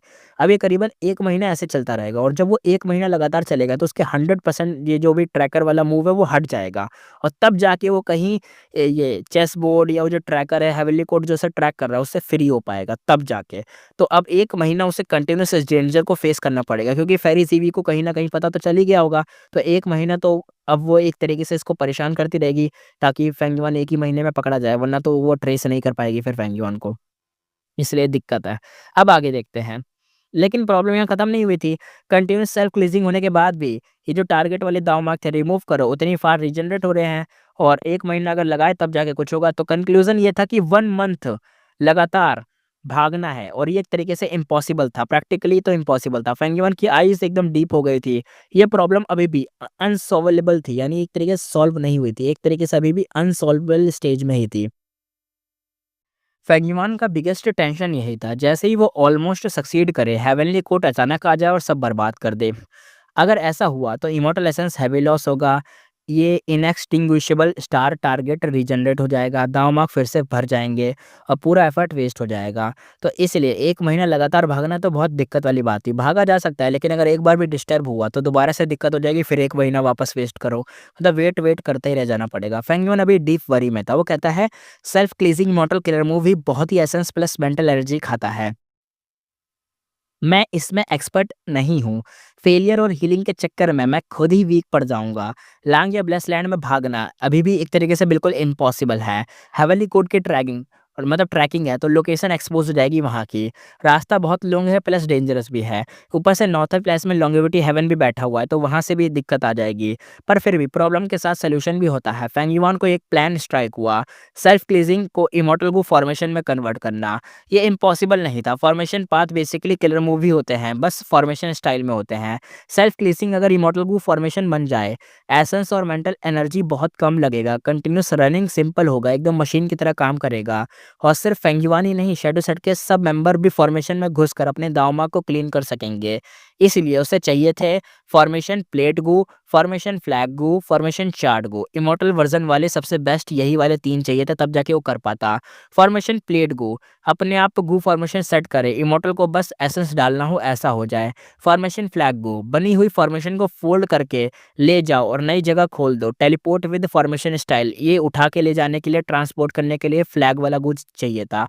तीसरा इमॉर्टल लेवल का फॉर्मेशन चार्ट गू, ये तीनों इमॉर्टल लेवल के ही चाहिए, तो तीसरा वाला चार्ट वाला भी चाहिए था। वन टाइम कंज्यूमेबल गू था, फॉर्मेशन इन्फॉर्मेशन स्टोर करता है और प्लेट से ज़्यादा एक्यूरेट होता है। ये तीनों फेंगीवन के लिए परफेक्ट थे। अब एक दिक्कत भी यहाँ पे आ रही थी कि इनको ढूँढना या चाहिए था। अब देखते हैं कितने उसके पास हैं या ढूँढने पड़ेंगे। सीन यहाँ पे चेंज होता है, न्यू सीन दिखाया जाता है डिज़र्ट का, यहाँ पे भूकंप का। ये desert time to time violent भूकंप देता था। इसके डीप नीचे एक इमॉर्टल गू फॉर्मेशन धीरे-धीरे एक्टिवेट हो रही थी। हान ली नर्वस फेस के साथ अंदर घुसा। हान ली अपने आप से बातें करते हुए कहता है, "हैं? ये फाइनल टेस्ट है क्या? फॉर्मेशन पाथ ट्रू इनहेरिटेंस, गू इमॉर्टल, ज़ेन युआन ज़ी की लेगेसी है, वही है क्या ये? फाइनल टेस्ट है क्या? हाँ ली, मेहनत कर, ये लास्ट स्टेप है तो तू कर सकता है और फाइनली तुझे इनहेरिटेंस मिल जाएगी। हाँ ली, मेहनत कर, ज़ेन युआन ज़ी, हाँ ली, मेहनत कर और वर्क हार्ड करके ज़ेन युआन ज़ी की इनहेरिटेंस को ले ले।" यही इसके लास्ट वर्ड थे और इसी के साथ एपिसोड करते हैं खत्म, फिर मिलेंगे नेक्स्ट एपिसोड